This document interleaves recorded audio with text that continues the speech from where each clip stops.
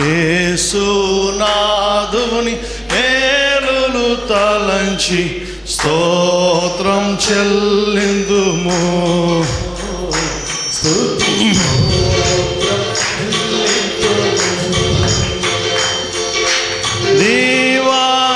దీవారాత్రములు కంటి పాపవలే కాచి దీవారాత్రములు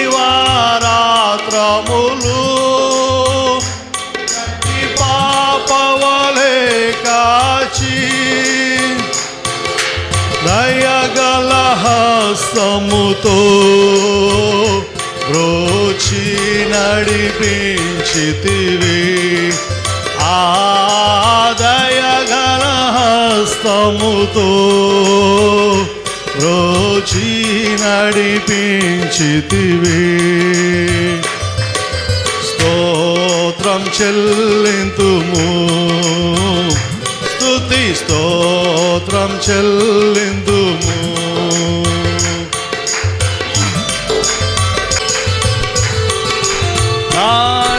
అంధకారములో కన్నీటిలో ఎలలో అంధకారములో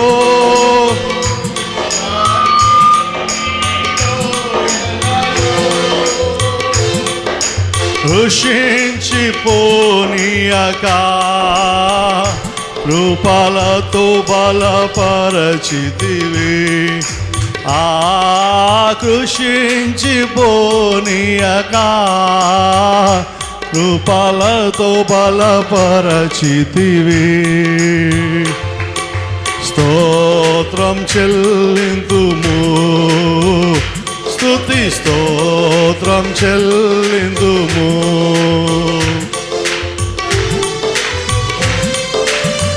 సజీవ యాగముగా మా శరీరములు సమర్పించి సంపూర్ణ సిద్ధినంద శుద్ధాత్మను నొసగితివి. Thank you lord, gracious lord. ఆమేన్. Thank you lord.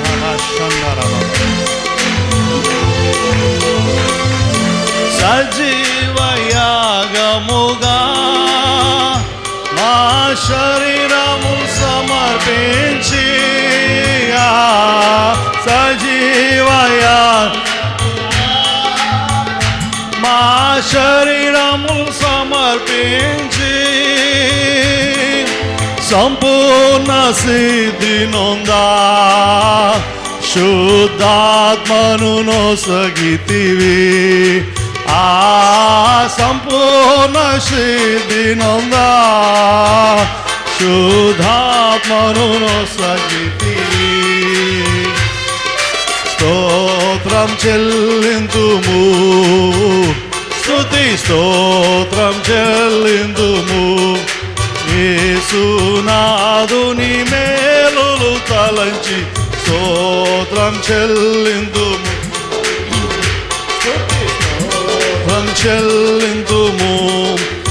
జయించుటకు విశ్వాసమునిచ్చితివి.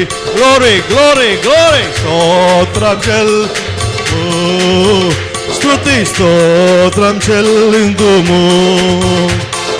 యేసునాథుని మేలులు తలంచి స్తోత్రం చెల్లింతుము, స్తుతి స్తోత్రం సిలువను మోసుకొని సువార్తను చేపట్టి సిలువను మోసుకొని సువార్తను చేపట్టి యేసుని వెంబడింపా ఎంత భాగ్యమునిచ్చితివి. యేసుని వెంబడింపా ఎంత భాగ్యమునిచ్చితివి. స్తోత్రం చెల్లింతుము, స్తుతి స్తోత్రం చెల్లింతుము. యేసునాథుని మేలులు తలంచి స్తోత్రం చెల్లింతుము, స్తుతి స్తోత్రం చెల్లింతుము. పాడెద హల్లెలూయా మరణాత హల్లెలూయా హల్లెలూయా, మరణాతా హల్లెలూయా, సదా పాడేదా హల్లెలూయా, ప్రభు యేసుకు హల్లెలూయా, సదా పాడేదా హల్లెలూయా, ప్రభు యేసుకు హల్లెలూయా. స్తోత్రం చెల్లింతుము, స్తుతి స్తోత్రం చెల్లింతుము, యేసునాథుని మేలులు తలంచి స్తోత్రం చెల్లింతుము, స్తుతి స్తోత్రం చెల్లింతుము, స్తుతి స్తోత్రం చెల్లింతుము, స్తుతి స్తోత్రం చెల్లింతుము, స్తుతి స్తోత్రం చెల్లింతుము, స్తుతి స్తోత్రం చెల్లిందు. హల్లెలూయా, హల్లెలూయా, హల్లెలూయా, రాబాబా, హల్లెలూయా. Thank you lord, thank you Jesus. హల్లెలూయా, స్తోత్రం, స్తోత్రం, స్తోత్రం, స్తోత్రం. హల్లెలూయా. స్తుతి సింహాసనాసీనుడు, ఇశ్రాయేలు చేయి స్తుతుల మీద ఆసీనుడు, యేసు రక్తంలో ఇశ్రాయేలీలమైన మన స్తుతుల మీద ఆయన ఈ ఉదయకాల సమయంలో ఆసీనుడిగా దిగి వచ్చాడు. ఎంత ధన్యులము మనము, ఎంత భాగ్యవంతులము, ఎంత కృపను పొందుకున్నాం ప్రియా దేవుని సేవకుడా, దేవుని సేవకురాలా. హల్లెలూయా, హల్లెలూయా, హల్లెలూయా, హల్లెలూయా. ఎక్కడ ఇద్దరు ముగ్గురు నా నామమును కూడి ఉన్నారో వారి మధ్య నేనున్నానని వాగ్దానం ఇచ్చిన యేసయ్య ఈ ఉదయకాల సమయంలో మన మధ్యకు దిగి వచ్చినందుకు చప్పట్లు కొట్టి ఆయన గణపరుద్దాం. చప్పట్లు కొడుతూ హల్లెలూయా, హల్లెలూయా, హల్లెలూయా, హల్లెలూయా, హల్లెలూయా, హల్లెలూయా, హల్లెలూయా.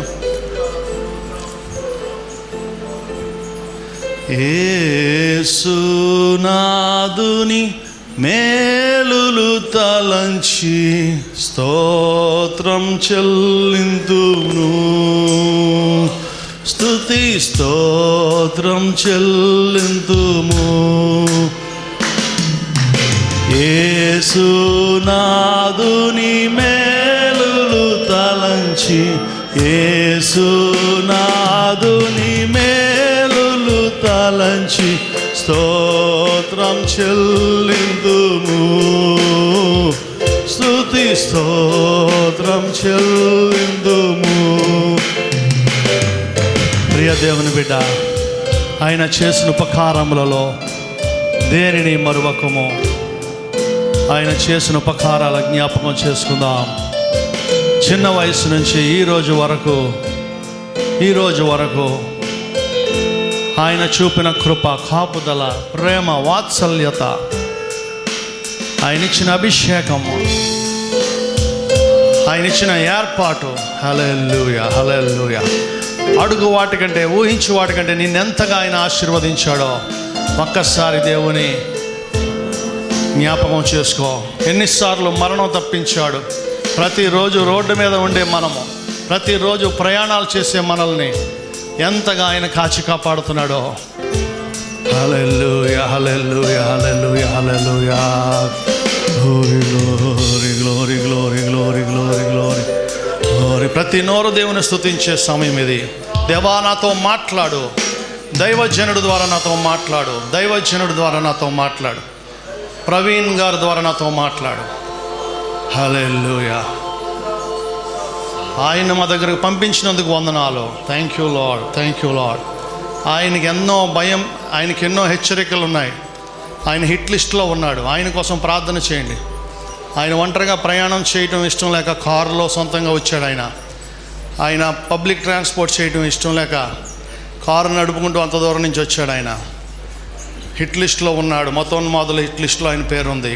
ఆయన కోసం ప్రతిరోజు ప్రార్థన చేద్దాం. హల్లెలూయా, హల్లెలూయా, హల్లెలూయా, హల్లెలూయా. యేసునాథుని మేలులు తలంచి, యేసునాథుని మేలులు తలంచి స్తోత్రం చెల్లింతుము, స్తుతి స్తోత్రం చెల్లింతుము. హల్లెలూయా హల్లెలూయా హల్లెలూయా. Glory glory glory glory glory. అందరూ కూడా వ్యక్తిగతంగా కొన్ని నిమిషాలు ప్రార్థనలో ఉండండి. వ్యక్తిగతంగా ప్రార్థన చేసుకోమని కోరుచున్నా. వ్యక్తిగతంగా ప్రార్థన చేసుకోండి. ఈ రోజున ఇంత దూరము ఊరికనే రాలేదు మనం. చాలా దూరం నుంచి వచ్చిన వారు ఉన్నారు ఇక్కడ, దైవ సేవకులు. దేవా, నాతో మాట్లాడు, నన్ను ఆశీర్వదించు, నన్ను పరిపూర్ణుడిగా చేయి. హల్లెలూయా. ఈ అంత్యకాలంలో నేను ఎలా సేవ చేయాలో నాకు బయలుపరచు. మీ ఆత్మ నా మీద ఉంచు నాయన. నీ సేవకుని మరుగుపరిచి నాతో మాట్లాడు ప్రభా, ముఖాముఖిగా మాట్లాడు ప్రభా. Thank you Jesus, thank you Jesus. హల్లెలూయా హల్లెలూయా హల్లెలూయా హల్లెలూయా హల్లెలూయా హల్లెలూయా హల్లెలూయా హల్లెలూయా.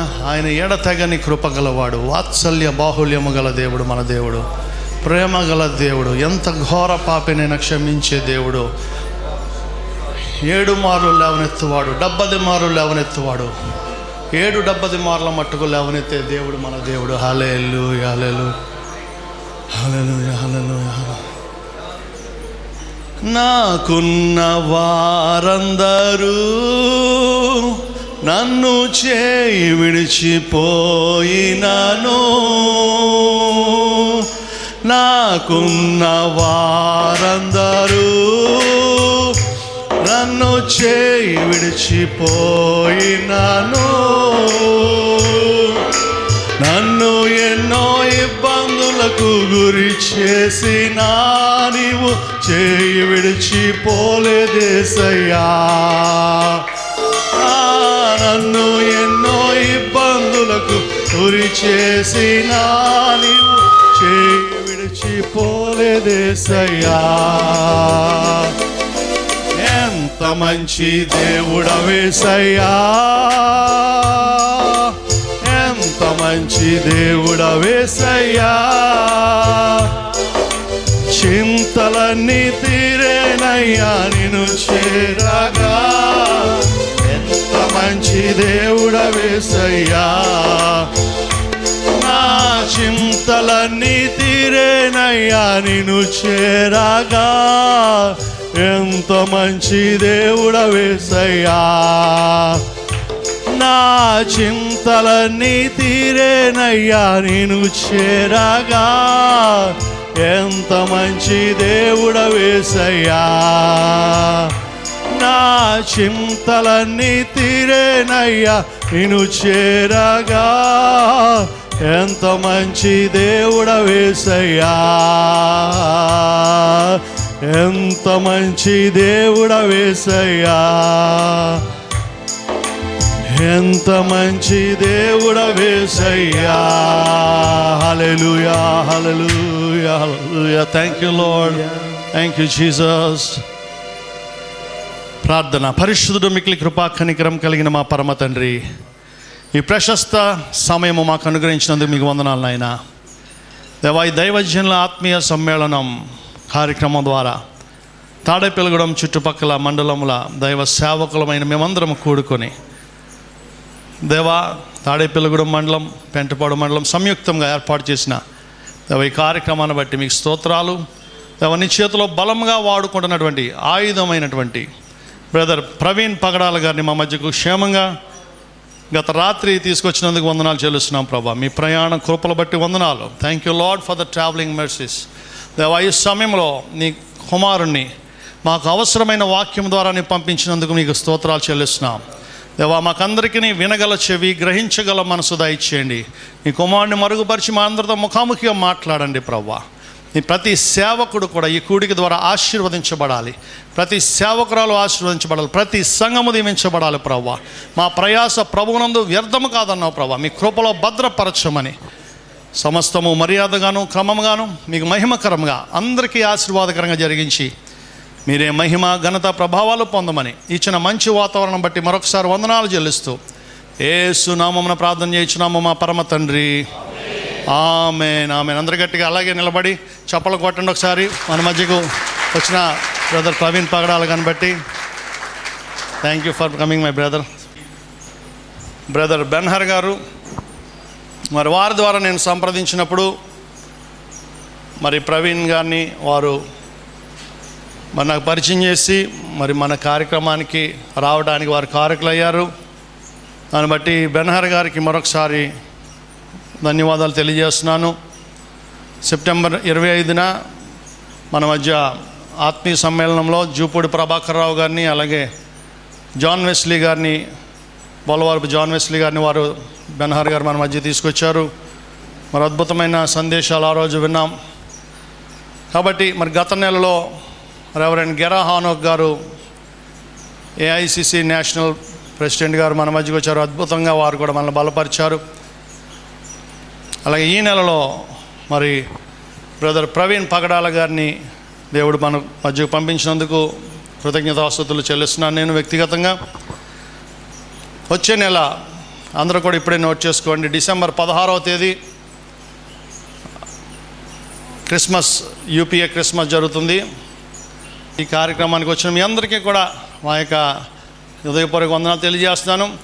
మరి ఈ ఉదయకాలం ప్రసంగ సభ ఎంత ముఖ్యమైందో దానికంటే ముఖ్యమైనది మధ్యాహ్నం ఆఫ్టర్ లంచ్ సెకండ్ సెషన్. మరి మనకి బైబిల్లో ఉన్న సందేహాలు, లేక రాజ్యాంగపరమైన సందేహాలు, సేవాపరమైన సందేహాలు ఏమైనా ఉంటే మరి మీరు ముఖాముఖిగా బ్రదర్ గారితో మాట్లాడవచ్చు, మాట్లాడి సందేహాలు నివృత్తి చేసుకోవచ్చు. అలాగే మరొక ముఖ్యమైన విషయం, గత 17, 18 తేదీలు పోయిన వారం ఇదే రోజులు ఉంగుటూరు మండలం 17వ తేదీ ఉదయం గోపినాథపట్నంలో, అలాగే 17వ తేదీ సాయంకాలం ఎడమరు మండలం బోన్పల్లిలో, మరియు 18వ తేదీ ఉదయం పెంటపాడు మండలం మేనవల్లూరులో జరిగినటువంటి దైవజనుల ఆత్మీయ సమ్మేళనం కార్యక్రమానికి మన AP Christian finance corporation chairman doctor Bollavarapu John Wesley గారు వచ్చి మరి అమూల్యమైన సందేశాలు అందించారు. అలాగే మరి వారు ఉంగుటూరులో ఎమ్మెల్యే గారు కూడా వచ్చారు. ఆ ఒక్కరోజు ఆయన ఖాళీ ఉంది కాబట్టి ఎమ్మెల్యే పుప్పాల వాసుబాబు గారు వచ్చారు. మరి అక్కడ తర్వాత రోజు అసెంబ్లీకి వెళ్ళిపోయారు కాబట్టి ఇంక వేరే కార్యక్రమాలకు వారు రాలేదు. మన ఎమ్మెల్యే గారు కూడా అసెంబ్లీ వారు రాలేకపోయారు. ఆ రోజు నేను మరి మీరు వాట్సాప్ గ్రూపుల్లో చూసుంటారు, సిటీ కేబుల్ న్యూస్లో చూసుంటారు. మరి కమ్యూనిటీ హాల్ ఒకటి క్రిస్టియన్స్కి ఏమని నేను అడిగినప్పుడు వెంటనే ఎమ్మెల్యే గారు స్పందించి ఉంగుటూరులో స్పందించి మరి ఒక మండలంలోనే కాదు, మొత్తం నా నియోజకవర్గంలో 4 మండలాలు ఉన్నాయి. 4 మండలాల్లో కూడా 4 కమ్యూనిటీ హాల్స్ స్థలాలు నేను కేటాయిస్తాను. అలాగే మరి బిల్డింగ్కి డబ్బులు మీ దగ్గర ఉన్నావు కాబట్టి ఎంపీ కోటగిరి శ్రీధర్ గారితో మాట్లాడి ఆ బిల్డింగ్కి డబ్బులు కూడా ఇప్పిస్తానని చెప్పారు. దేవుని స్తోత్రం, హల్లెలూయా. అలాగే ప్రతి మండలంలో ఉండాలని నా కోరిక. చాలా గవర్నమెంట్ ల్యాండ్స్ ఉంటాయి. బరియల్ గ్రౌండ్ సమస్య ఉంది టౌన్స్లో, సిటీస్లో. మరి చాలా ల్యాండ్స్ ఉన్నాయి, కబ్జా అయిపోతున్నాయి. మరి మనం వాటి గురించి మనం కొంచెం గట్టిగా పోరాడకపోతే దొంగల పాలైపోతాయి. కాబట్టి మనందరం కూడా మరి ఇప్పుడు ఎమ్మెల్యే వీళ్ళందరూ ఇంకా సగం కాలం అయింది, ఇంకా 2.5 ఏళ్ళు ఉంటారు. మళ్ళీ జగన్ గారు వస్తారు. కాకపోతే ఈ టైంలో మనం వాళ్ళని పట్టుకుని గట్టిగా ప్రయత్నం చేయకపోతే మందే తప్పు అవుతుంది. అడగకపోతే అమ్మాయినా పెట్టదంట. కాబట్టి అడగాలి మనం. దేవునికి స్తోత్రం. నియోజకవర్గ కోఆర్డినేటర్ రెవరెండ్ టి ఇజ్రాయేల్ గారిని వేదిక మీదకి ఆహ్వానిస్తున్నాను. పెంటపాడు మండల గౌరవ అధ్యక్షులు రెవరెండ్ డి మోజెస్ అయ్య గారిని వేదిక మీదకి ఆహ్వానిస్తున్నాను. తాడేపల్లిగూడెం మండల ప్రెసిడెంట్ రెవరెండ్ టి డేవిడ్ గారిని వేదిక మీదకి ఆహ్వానిస్తున్నాను. పెంటపాడు మండల ప్రెసిడెంట్ రెవరెండ్ టి జాన్ బాబు గారిని వేదిక మీదకి ఆహ్వానిస్తున్నాం. అలాగే ఉంగుటూరు మండల ప్రెసిడెంట్ రెవరెండ్ సత్యం బాబు గారిని కూడా వేదిక మీదకి ఆహ్వానిస్తున్నాం. నల్లజర్ల మండలం వచ్చారండి ఎవరన్నా ప్రెసిడెంట్ గారు. అదేవిధంగా మరి అందరూ దూరం కూర్చోండి, శానిటైజ్ చేసుకున్నారు కదా అందరూ. మా వైస్ ప్రెసిడెంట్ తాడేపల్లిగూడెం మండల vice president reverend CH Daniel గారిని వేదిక మీదకి ఆహ్వానిస్తున్నాం. రెవరెండ్ దేవానందం గారిని వేదిక మీదకి ఆహ్వానిస్తున్నాం. రెవరెండ్ పెంటపాడు మండలం రెవరెండ్ ఇమాన్యుయల్ గారిని వేదిక మీదకి ఆహ్వానిస్తున్నాం. రెవరెండ్ షాలిం రాజు గారిని కూడా వేదిక మీదగా ఆహ్వానిస్తున్నాం. రెవరెండ్ గిరిమోహన్ గారిని వేదిక మీదగా ఆహ్వానిస్తున్నాం. తాడేపల్లిగూడ మండల secretary, general secretary reverend Anand Babu గారిని వేదిక మీదగా ఆహ్వానిస్తున్నాం. రెవరెండ్ లాజర్ గారిని వేదిక మీదగా ఆహ్వానిస్తున్నాం. రెవరెండ్ వస్కా డేవిడ్ రాజు గారిని కూడా వేదిక మీదగా ఆహ్వానిస్తున్నాం. రెవరెండ్ ఎలిషా గారిని వేదిక మీదగా ఆహ్వానిస్తున్నాం. రెవరెండ్ జాకోబ్ గారిని వేదిక మీదగా ఆహ్వానిస్తున్నాం. రెవరెండ్ జానయ్య గారిని వేదిక మీదగా ఆహ్వానిస్తున్నాం. నియోజకవర్గం vice president reverend K Nageswara Rao గారిని వేదిక మీదగా ఆహ్వానిస్తున్నాం. రెవరెండ్ శామ్యుయల్ పాల్ గారిని కూడా వేదిక మీదగా ఆహ్వానిస్తున్నాం. పెంటపాడు మండల జనరల్ సెక్రటరీ రెవరెండ్ శామ్యుయల్ రాజు గారిని వేదిక మీదగా ఆహ్వానిస్తున్నాం. రెవరెండ్ కృపావరం గారిని వేదిక మీదగా ఆహ్వానిస్తున్నాం. రెవరెండ్ ఎస్ రత్నం గారిని కూడా వేదిక మీదగా ఆహ్వానిస్తున్నాం. రెవరెండ్ స్టీఫెన్ గారిని కూడా వేదిక మీదగా ఆహ్వానిస్తున్నాం. రెవరెండ్ రాజు గారు కూడా వేదిక మీదకి రండి. ఉంగుటూరు మండలం మన కొవ్వూరు నుంచి వచ్చిన నియోజకవర్గ ప్రెసిడెంట్ కదండి మీరు. రెవరెండ్ ఎస్కనేజ్ గారిని వేదిక మీదగా ఆహ్వానిస్తున్నాం. రెవరెండ్ సురేష్ గారిని కూడా వేదిక మీదగా ఆహ్వానిస్తున్నాం నల్లజర్ల నుంచి. ఈ సమయంలో మనం దైవజనులను చప్పలు కొడుతూ మన మధ్యగా ఆహ్వానిద్దాం.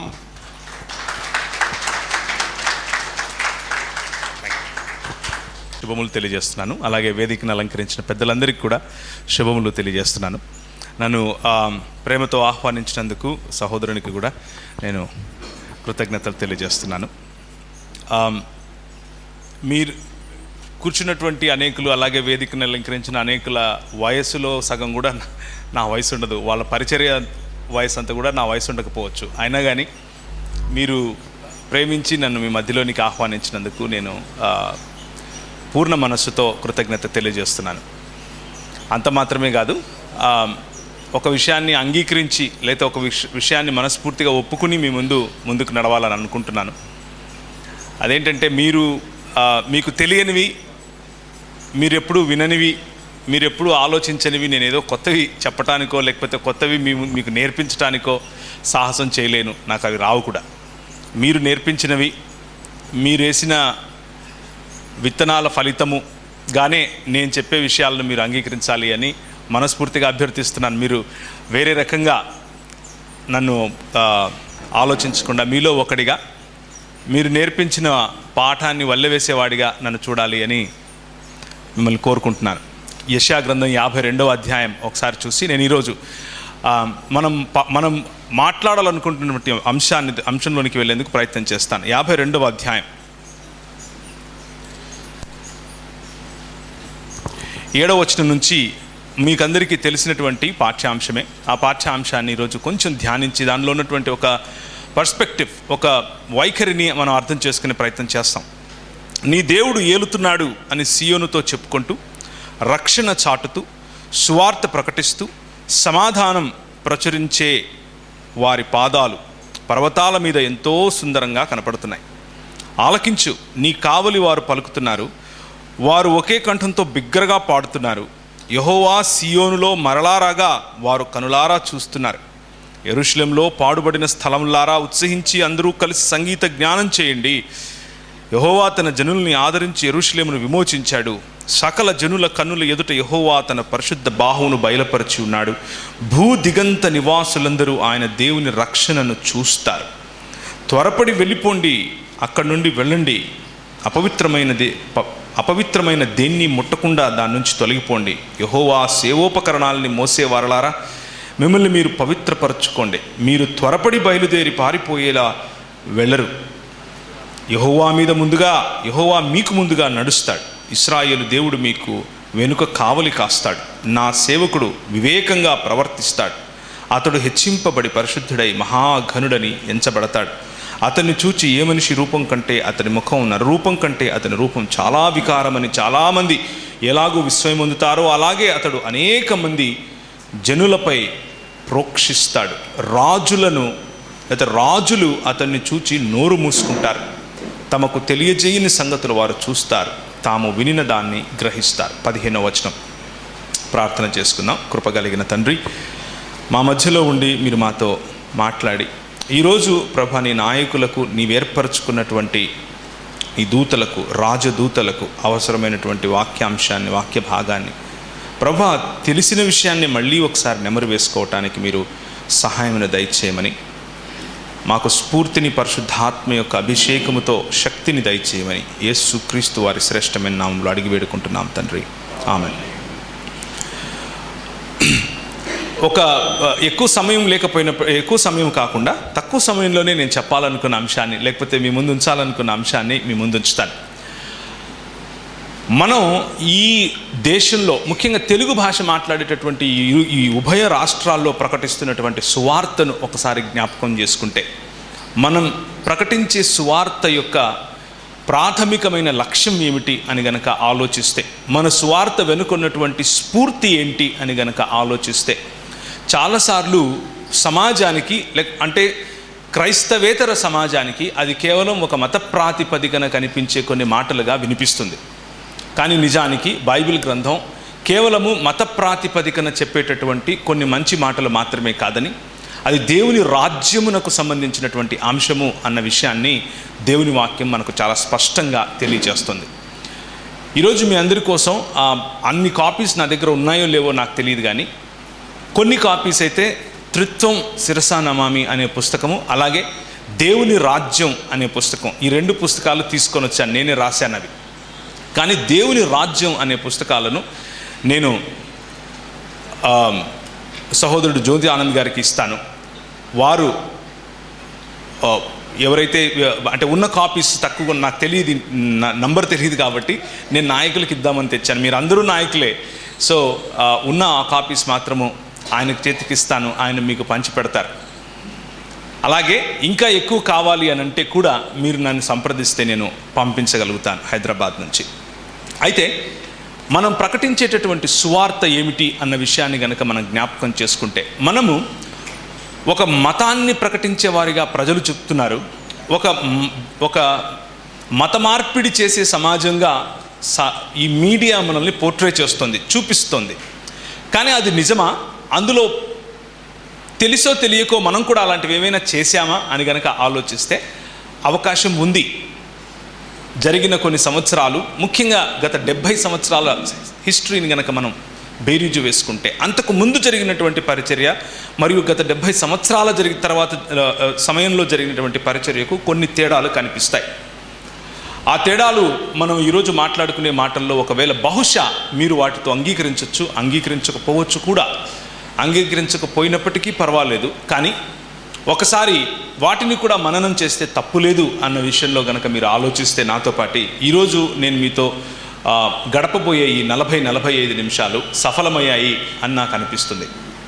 మొట్టమొదటిగా మన పారాడైమ్, మనకున్నటువంటి ఆలోచన సరళి, మనకున్నటువంటి ఈ పద్ధతిలో ఒకవేళ మనం ఏదైనా ప్రభువు ఇచ్చినటువంటి మ్యాండేట్లో ఒక చిన్న భాగాన్ని మాత్రమే పట్టుకున్నామా అన్నటువంటి అంశాన్ని మీ ముందుకు ఉంచుతాను. ప్రభు ఇచ్చినటువంటి పరిచర్యలో, ప్రభు ఇచ్చినటువంటి ఈ అద్భుతమైనటువంటి ఈ దర్శనంలో ఒక చిన్న భాగమైనటువంటి మతాన్ని మాత్రమే మనం టచ్ చేస్తున్నామా, మిగిలిన అంశాలు ఏమయ్యాయి అన్న ఒక ఛాలెంజ్, ఒక సవాలు మీ ముందు ఉంచే ప్రయత్నం చేస్తాను. నిన్న రాత్రి 11:35, 11:40 ప్రాంతాల్లో నేను తాడేపల్లిగూడెం శివార్లలోనికి వచ్చాను. తాడేపల్లిగూడెం మొదలైన వెంటనే రోడ్లలో గుంటలు వెతుక్కోవాలా, గుంటలలో రోడ్లు వెతుక్కోవాలా అన్న పరిస్థితి వచ్చింది. రోడ్లలో గుంటలు, ఆ రాజమండ్రి నుంచి తాడేపల్లిగూడెం వచ్చేంత వరకు రోడ్ల మీద గుంటలు కనిపించాయి. తాడేపల్లిగూడెం ఎంటర్ అయిన వెంటనే గుంటలలో అక్కడక్కడ రోడ్డు కనిపించింది. ఈ పరిస్థితికి గల కారణం ఏమిటి అని ఆలోచించి ఒకసారి గూగుల్ చేసి చూశాను. ఇక్కడ ఎమ్మెల్యే గారు ప్రభుత్వంలో ఉన్న ఎమ్మెల్యే గారే. ఇక్కడ ఎక్కువగా ఆ ఎమ్మెల్యే గారికి సపోర్ట్ చేసి నిలబడిన సమాజంలో క్రైస్తవ సమాజం ముందంజలో ఉంది, క్రైస్తవ సమాజం ముందుండి నడిపిస్తుంది, క్రైస్తవ సమాజం నాయకత్వం ఇస్తుంది. కానీ క్రైస్తవ సమాజం బహుశా ఈ ఊరి యొక్క బాగోగుల కంటే కూడా పరలోక దర్శనమే ఎక్కువైందేమో అని అనిపించింది. నేను తప్పైతే నన్ను క్షమించండి. ఈ ఊరి బాగోగుల్లో మన చెరువు ఉంది, మన రోడ్లున్నాయి, మన కార్లున్నాయి, మన ఇళ్ళున్నాయి. మన సాంకేతిక నిపుణత ఉంది, మన పిల్లల భవిష్యత్తు ఉంది. మన పిల్లలు ఈరోజు మనం చూస్తే అందరూ తెల్లటి బట్టలు వేసుకుని, తెల్లటి వస్త్రాలు వేసుకుని కూర్చున్నారు. చక్కగా స్త్రీలు మరియు పురుషులు పక్కపక్కన కూర్చుని మరి బైబిల్ అధ్యయనం చేస్తున్నారు. కానీ ఈ రోజు నుంచి ఒక 150 సంవత్సరాల వెనకకి వెళితే తాడేపల్లిగూడెం, రావులపాలెం, ఆ పక్కన ఉన్నటువంటి గంగ లేకపోతే గోదావరి, దాని అవతల ఉన్నటువంటి రాజమండ్రి, ఈ తాడేపల్లిగూడెం మొదలుకొని అంటే ఏలూరు మొదలుకొని రాజమండ్రి వరకు ఉన్నటువంటి పరిస్థితిని ఒక్కసారి ఒక హిస్టారికల్ దృక్పథంతో లేకపోతే చారిత్రక నేపథ్యంలో చూసే ప్రయత్నం చేయండి. వెనకల నిమ్మలగూడెం, దానికంటే వెనక ఖమ్మం తర్వాత వచ్చేటటువంటి ఈ ఆంధ్ర ప్రాంతం అంతా కూడా, నదీ శివార్ల ప్రాంతం అంతా కూడా పచ్చగా ఉండేది. కానీ ఆ పచ్చటి ఈ నదీ శివార్లలో ఉన్నటువంటి ఈ ప్రాంతాల్లో ప్రజలు పచ్చగా ఉండేవారు కాదు. ప్రజలు కేవలము ముఖ్యంగా కొన్ని జాతులకు సంబంధించినటువంటి ప్రజలు ఎవరైతే ఈరోజు బైబిల్ను పట్టుకొని పంతులు తత్వం చేస్తున్నారో, దయచేసి ఈ మాట మీకు కొంచెం మనసుకు గుచ్చేదిగా ఉంటే నన్ను క్షమించండి, కానీ ఈ విషయాన్ని నేను మీకు చెప్పి తీరాలి. పంతులు తత్వం చేసేటటువంటి వ్యవహారంలో ఎవరైతే ఈరోజు తెల్లగా మనం తిరుగుతూ ఉన్నామో వారి లేకపోతే మన తల్లిదండ్రుల యొక్క జీవన విధానం ఈ విధంగా పంతులు తత్వంగా ఉండేది కాదు. మనం కేవలము తొడలు వరకు మాత్రమే కప్పుకునేటటువంటి బట్టలు వేసుకునే హక్కు మనకు ఉండేది. పైన చొక్కా వేసుకునే హక్కు మనకు ఉండేది కాదు.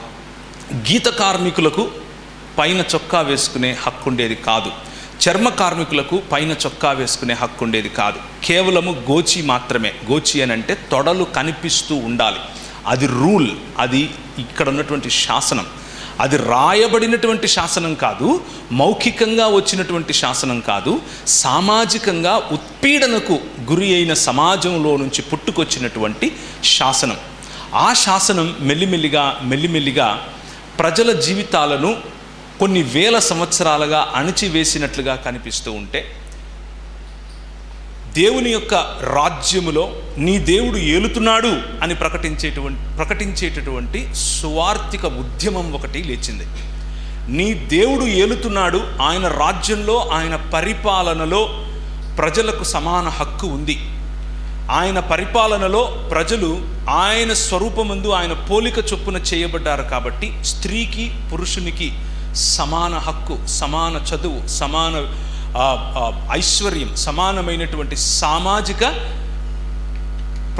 ప్రాతినిధ్యం లేకపోతే రిప్రజెంటేషన్ అని అంటారు కదా, ఇవన్నీ ఉన్నాయి అని గుర్తు చేసింది క్రైస్తవ సమాజం. అలా గుర్తు చేసినటువంటి క్రైస్తవ సమాజం చేసింది పరలోక దర్శనం మాత్రమే కాదు. పరలోక దర్శనము దేవుని యొక్క యెహోవా నిలయము అని పక్కన ఒకటి ఇల్లు చూశాను, ఇలా వస్తూ ఉంటే చాలా బాగా పెట్టారు. దేవుని నివాస స్థలముగా ఈ భూప్రపంచాన్ని తీర్చిదిద్దటమే క్రైస్తవ సమాజముకు ఉన్నటువంటి బాధ్యత, బరువు. ఆ బాధ్యత బరువును భుజానేసుకుని వారి ఇళ్ళు, వాకిళ్ళు, వారి దేశాలు, వారి సంస్కృతులు విడిచిపెట్టి మన దగ్గరికి వచ్చి మనతో పాటి మన గుళ్ళలో, మన ఇళ్లలో, మన గుడిసెల్లో, మన వాడల్లో వాళ్ళు బ్రతికారు. ఈరోజు మనం కేవలము పరలోక దర్శనానికి మాత్రమే, లేకపోతే కేవలం చనిపోయి ఎక్కడికో వెళ్ళిపోవాలి అన్నటువంటి ఆలోచనకు మాత్రమే కట్టుబడి ఉండకుండా ప్రపంచమునకు ఆశీర్వాదకరమైనటువంటి సమాజమును ఏర్పరిచే బాధ్యత కలిగినటువంటి సమాజముగా మారాలి అని అంటే బహుశా మనం ఒక్కసారి వెనక్కి తిరిగి మన పితరులు చేసిన పనిని జ్ఞాపకం చేసుకోవాలి. మన పితరులు చేసిన పని అక్యూములేషన్ కాదు, సంపాదన కాదు. మన పితరులు చేసిన పని వనరుల వితరణ. వనరుల వితరణలో ఆ వనరులను వాళ్ళు కేవలము ఖర్చు పెట్టలేదు, వనరులను వాళ్ళు పెట్టుబడి పెట్టారు. పెట్టుబడికి ఖర్చుకు ఉన్న తేడా పరలోకానికి వెళ్ళిపోవటానికి మరియు భూప్రపంచాన్ని దేవుని రాజ్యముగా మలచటానికి ఉన్న తేడా ఒకటే. ఖర్చు నువ్వు చస్తే పరలోకం వెళ్ళిపోతావు అన్నదానికి పెట్టేది. పెట్టుబడి అన్నది దేవుని రాజ్యం ఇక్కడికి రావాలి, ఆయన పరిపాలన ఇక్కడ ఉండాలి, ఆయన ఈ భూప్రపంచము పైన రాజుగా ఉండాలి, ఆయన ప్రతినిధిగా నువ్వు నేను ఈ ప్రపంచములను సరిదిద్దాలి, తీర్చిదిద్దాలి, దేవుని యొక్క నివాస స్థలముగా దీనిని మార్చాలి అన్నటువంటి నూతనాకాశము, నూతన భూమి అనేటటువంటి దర్శనం. ఆ నూతన ఆకాశము నూతన భూమిలో ఇక్కడున్నటువంటి జనాంగాన్ని పోగు చేయాలి అని ఆలోచించారు కుక్లర్ గారు, అలా ఆలోచించారు కాటన్ గారు, అలా ఆలోచించారు క్లోఫ్ గారు, అలా ఆలోచించారు ఎందరో క్రైస్తవ సమాజాన్ని లేకపోతే దేవుని రాజ్యమును నిర్మించడానికి వచ్చినటువంటి క్రైస్తవ మిషనరీ సమాజం. అయితే ఆ ఒరవడి 1920 తరువాత మెల్లిమెల్లిగా తగ్గడం మొదలుపెట్టింది. ఇది ఇవాంజలికల్ క్రిస్టియన్ ఫెయిత్ యొక్క హిస్టరీ. ఇది నేను సొంతంగా చెప్తున్నది కాదు, హిస్టారియన్స్ అగ్రీ అయ్యేది. భారతదేశంలో పంజాబ్ రాష్ట్రం పైన ఉన్నటువంటి పాకిస్తాన్ మొదలుకొని కింద శ్రీలంక వరకు, సిలోన్ అని పిలిచారు ఆ రోజుల్లో, ఉన్నటువంటి క్రైస్తవ సంఘము మెల్లిమెల్లిగా ఈ ఇవాంజలికల్ మరియు పెంటికాస్టల్ ఆలోచనలో దేవునికి దగ్గర అయ్యే కొద్దీ, దేవునిలో ఎదుగుతూ ఉన్న కొద్దీ, దేవుని సమాజాన్ని నిర్మిస్తూ ఉన్న కొద్దీ మతం జొరబడింది. మతం మెల్లిమెల్లిగా రాజ్యాన్ని కైవశం చేసుకుంది.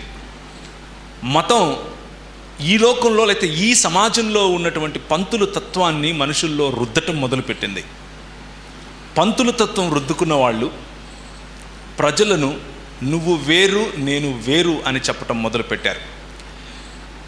విభజించి పాలించేటటువంటి తత్వం లోకంలో నుండి సంఘంలోనికి వచ్చింది. కులం పేరు మీద మనం విభజించుకున్నాం, ప్రాంతం పేరు మీద విభజించుకున్నాం,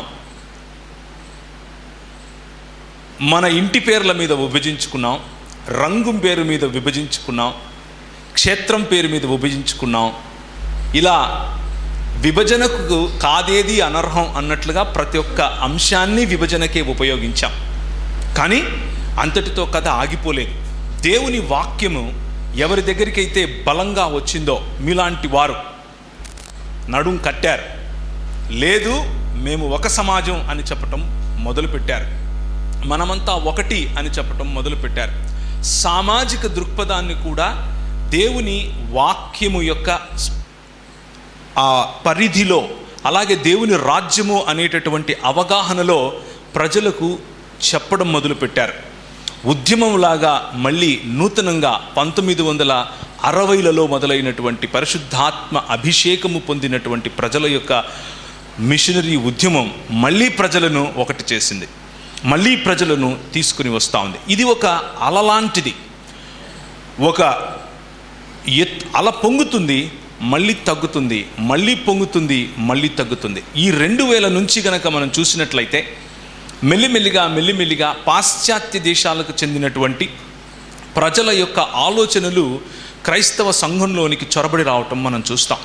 పాశ్చాత్య దేశాల నుంచి వచ్చినవన్నీ కూడా తప్పు అని నేను చెప్పట్లేదు. పాశ్చాత్య దేశాల నుంచి మనం చాలా విషయాలు నేర్చుకున్నాం. కానీ సార్వత్రిక క్రైస్తవ సంఘము బోధించేటటువంటి బోధనలకు తప్పుడుగా వాటిని తప్పి తిరుగుతూ ఉన్నటువంటి కొన్ని పాశ్చాత్య మరియు సౌత్ ఏషియాకు చెందినటువంటి సంఘాల యొక్క ఒరవడి పెరిగిన తరువాత మెల్లిమెల్లిగా మళ్ళీ చీలిక మొదలైంది.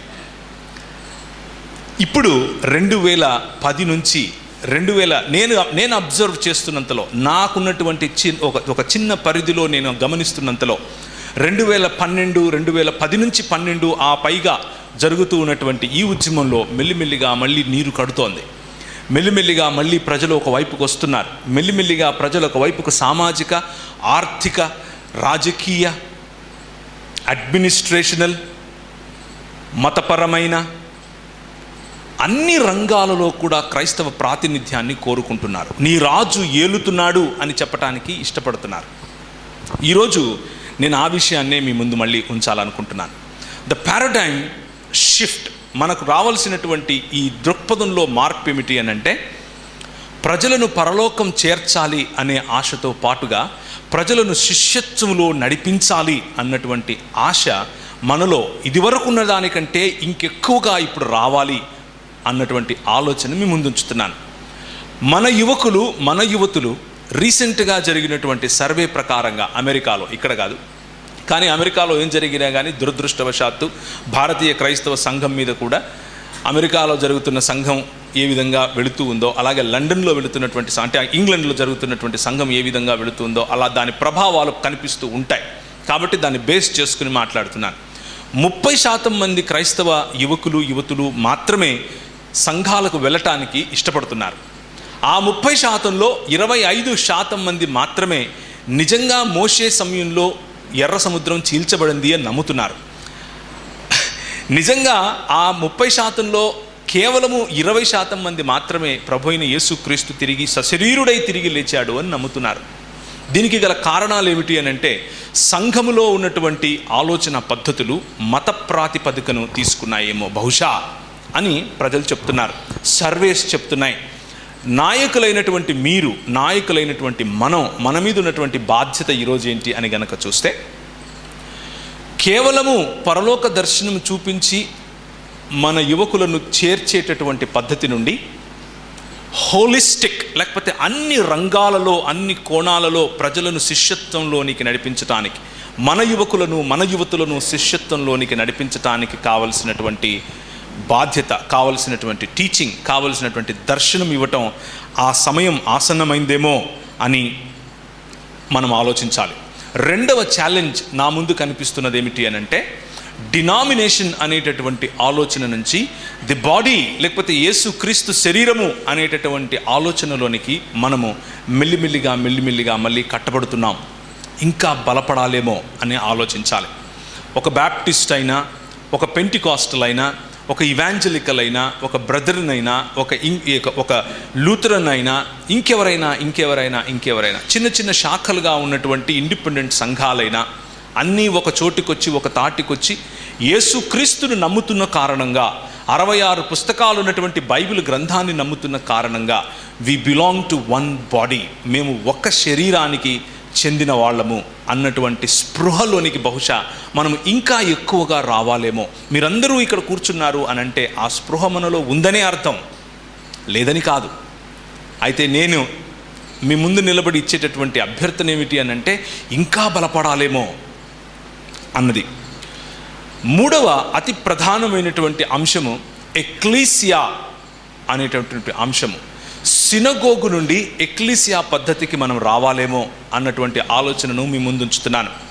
సినగోగు అన్నటువంటి పద్ధతి, ప్రభు అయిన యేసుక్రీస్తు ఒకానొక రోజు పేతురును అడిగాడు. పేతురు, నా గురించి ఏమనుకుంటున్నారు అని అంటే, నువ్వు ఎజ్రావని కొందరు, నువ్వు ఏలియావని కొందరు, నువ్వు ఆ ప్రవక్తవని కొందరు అని అంటున్నారు. అనంటే ఇంతకు నువ్వేమనుకుంటున్నావు అని అడిగితే, నీవు సర్వోన్నతుడైన దేవుని కుమారుడగు క్రీస్తువు అని నేను నమ్ముతున్నాను అని అన్నప్పుడు, పేతురు, ఇది నీ సొంతంగా నీ మనసులో నుంచి వచ్చిన మాట కాదు, నా తండ్రి అయిన దేవుడే నీ మనసులో ఉంచినటువంటి సత్యము, ఈ సత్యము పైన నా సంఘమును కడతాను అని అన్నాడు. సంఘము అన్నప్పుడు వాడిన పదము ఎక్లీసియా అన్న పదము. ఎక్లీసియా అనంటే కాల్డ్ అవుట్ పీపుల్, ఏర్పరచబడినటువంటి వారు అని అర్థం. దీన్నే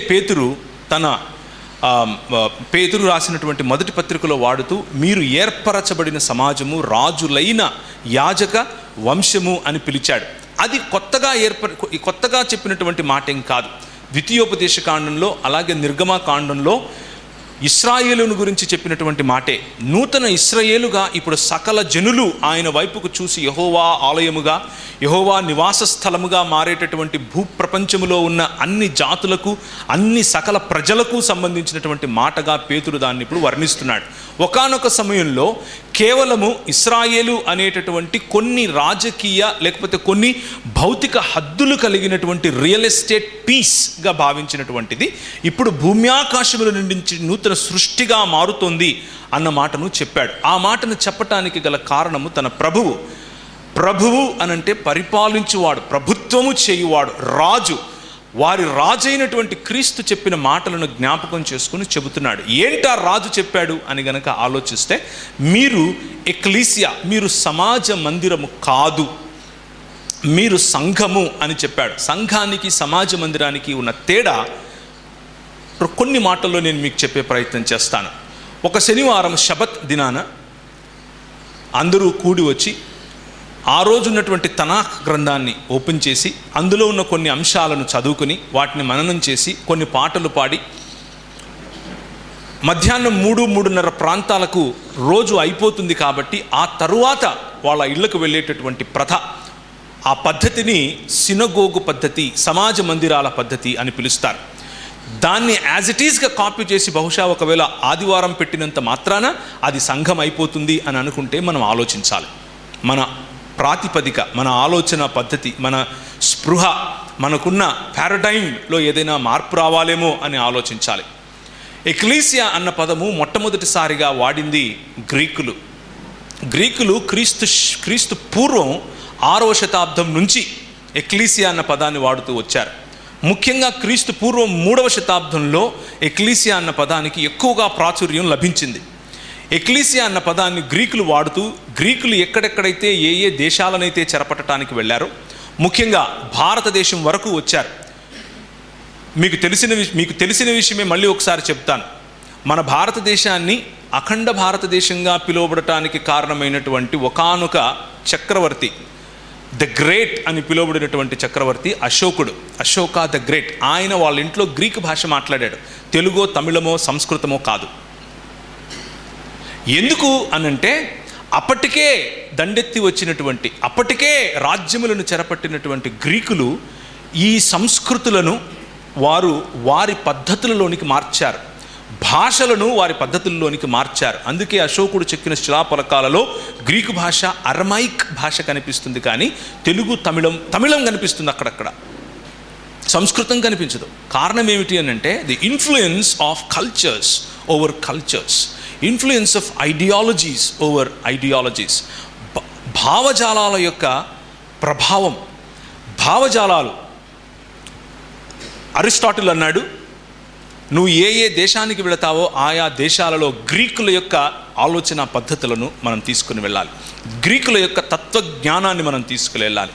గ్రీకుల యొక్క ఎపిక్యూరీల యొక్క, స్టోయికుల యొక్క తత్వజ్ఞానాలు భారతదేశంలో కూడా విస్తరించడం మొదలుపెట్టాయి. మెల్లిమెల్లిగా శిలాఫలకాలపైన ఆ వాల్యూస్ కనిపించడం మొదలుపెట్టాయి.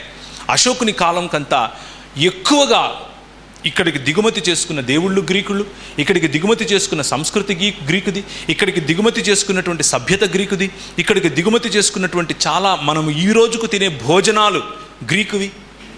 ఎలా వచ్చాయి అనంటే కొన్ని వేల సంవత్సరాలు భావజాల రూపంగా భావ సారూప్యతలోనికి ప్రజలను తీసుకుని వచ్చినటువంటి పద్ధతి. ఆ తరువాత గ్రీకులు ఓడిపోయి రోమియోలు వచ్చారు. రోమియోలు నా రాజు రాజ్యం ఏలుతున్నాడు అని అన్నారు. ఇప్పుడు గ్రీకు రాజ్యం కాదు నా రాజ్యం అని అన్నారు. ఆ రాజ్యంలో అంతా బాగుంది, ఎక్లీసియా అనే పద్ధతిని కూడా తీసుకొచ్చారు. ఆ ఎక్లీసియా అనేటటువంటి ఈ పద్ధతి గ్రీకుల సమయంలో ఎలా మొదలైంది అనంటే, గ్రీకులు వెళ్ళి ఎక్కడెక్కడైతే రాజ్యాలను వశం చేసుకున్నారో అక్కడక్కడ ఎక్లీసియా అన్నటువంటి ఏర్పరచబడిన కొందరు, వీళ్ళు నాట్ పెయిడ్ బై గవర్నమెంట్ చేత భృతి తీసుకునే వాళ్ళు కాదు. వీళ్ళు they are passionate about their culture. వాళ్ళ సంస్కృతి కోసం వాళ్ళు కట్టుబడిన వాళ్ళు. వాళ్ళ సంస్కృతి కోసం, వాళ్ళ ఆహార పద్ధతులు, వాళ్ళ ఆలోచన పద్ధతి, వాళ్ళ మిగిలిన అన్ని విషయాలపైన కూడా చాలా నిబద్ధతున్నోళ్ళు. సో ఎక్కడెక్కడైతే గ్రీకులు వెళ్ళారో అక్కడక్కడ చాప కింద నీరులాగా వెళ్ళారు, ప్రపంచములను చెరపట్టారు. ఆ పద్ధతిలోనే రోమియోలు చేసినటువంటి దాన్ని ఇప్పుడు గ్రీకు సామ్రాజ్యం చెప్పేటటువంటి తత్వజ్ఞానం కాదు, గ్రీకు సామ్రాజ్యం చెప్పేటటువంటి ఫిలాసఫీ కాదు, we will talk about Kaiser అని అన్నారు. మేము కైసర్ గురించి మాట్లాడతామని అన్నారు. కైసర్ అగస్తస్ థియాన్ అని అన్నారు. కైసర్ తిబేరియస్ కిరియాస్ అని అన్నారు. కైసర్ అగస్తస్ అనేవాడు దేవుడు, కైసర్ అగస్తస్ కుమారుడు, దత్తపుత్రుడైనటువంటి కైసర్ తిబేరియస్ దేవుని కుమారుడు అని పిలిచారు, ప్రభువు అని పిలిచారు. ఆ నేపథ్యంలో ప్రభు అయిన యేసుక్రీస్తు మాట్లాడుతున్నాడు. ఆ నేపథ్యంలో మాట్లాడుతూ I will build my Kingdom, నేను నా రాజ్యం కడతాను. ఆ రాజ్యము ఈ లోక సంబంధమైనది కాదు. ఒకవేళ ఈ లోక సంబంధమైనదైతే నా శిష్యులు దానికోసం ఏం చేసేవాళ్ళు? కత్తి పట్టుకునేవారు. That is not my kingdom, but my kingdom is different. ఈ లోకంలో ఉంటుంది, ఈ లోకాన్ని ప్రభావితం చేస్తుంది, ఈ లోకాన్ని నా తండ్రి యొక్క గృహముగా మారుస్తుంది. నీ యందు నేనును, నా యందు నీవును ఉన్నలాగున వీరును ఏకమై ఉండునట్లు నేను ప్రార్థన చేయుచున్నా. పరలోకమందున నా తండ్రి, నేను వీరిని ఇక్కడి నుంచి మీరు తీసుకుని వెళ్ళిపోండి అని ప్రార్థన చేయటం లేదు. యోహాను సువార్త 17వ అధ్యాయం. వీరి లోకంలోనే ఉంటారు, లోకము నన్ను అసహ్యించుకున్నట్లు వీరిని అసహ్యించుకుంటుంది, అదే వీరు నా శిష్యులు అనడానికి ప్రమాణం అని కూడా చెప్పాడు. సో దేవుని రాజ్యమును నిర్మించడం కోసం ప్రభు అయిన యేసుక్రీస్తు ఆయన అన్నాడు, I shall build my ecclesia on you. నీ మీద నువ్వు చెప్పిన ఆ సత్యము ఏంటా సత్యము? నీవు క్రీస్తువు, సర్వోన్నతుడైన దేవుని కుమారుడగు క్రీస్తువు అన్నటువంటి సత్యం. క్రీస్తు అని అంటే ప్రవీణ్ తర్వాత పగడాలు వస్తుంది కదా, అట్లా సర్నేమ్ అని అనుకుంటారు చాలామంది మన పిల్లలు. మన పిల్లలకు ఒక చిన్న సర్వే జరిగింది రీసెంట్గా ఇంగ్లాండ్లో. జీసస్ తర్వాత క్రైస్ట్ అని ఉంటే సర్నేమ్ అది అని రాశారు చాలామంది. ముఖ్యంగా కరెక్ట్గా పర్సంటేజ్ గుర్తులేదు కానీ 70% పైనే, పోనీ 60% వేసుకోండి. 60% మంది మన యంగ్ పీపుల్కి క్రీస్తు అని అంటే సర్నేమ్. అది క్రీస్తు అన్నది సర్నేమ్ కాదు. క్రీస్తు అన్నది ఆయన విధేయతకు, ఆయన చేసిన పరిపాలనకు దేవుడిచ్చినటువంటి, లేకపోతే ఆయనకు ముందు కొన్ని వేల సంవత్సరాలు ప్రజలు దార్శనికంగా, తాత్వికంగా, ప్రవచనాత్మకంగా చూస్తున్నటువంటి ఒక హోదా, ఒక పదవి. అది ఈ ప్రపంచంలోని ఏలేటటువంటి రాజుకు సంబంధించిన, అభిషిక్తునికి సంబంధించిన మాట అన్న విషయాన్ని మన ప్రజలకు తెలియదు, మన పిల్లలకు తెలియదు. బహుశా దానికి కారణం మనం మతంలో ఇరుక్కుపోవడమేమో, మతానికి మాత్రమే ఆగిపోవడమేమో. సో ఈ ఎక్లీసియా సమాజ మందిరము నుండి ప్రపంచములను ప్రభావితం చేసేటటువంటి ఎక్లీసియా వైపుకు నడవటం ఈరోజు భారతదేశంలో ఉన్నటువంటి క్రైస్తవ సంఘానికి ఉన్న అత్యధికమైన ప్రాధాన్యత అని నేను మీకు ఇంకొకటి గుర్తు చేస్తున్నాను. 4వదిగా ఇండివిజువల్ టు ఎథ్నాస్. ఎక్లీసియా గురించి మాట్లాడాం, దానికి ముందుగా దేవుని శరీరమును గురించి మాట్లాడాం, దానికి ముందుగా శిష్యత్వం గురించి మాట్లాడాం. ఇప్పుడు సామాజికమైన లేకపోతే సాంస్కృతికంగా మనం మాట్లాడుతున్నాం.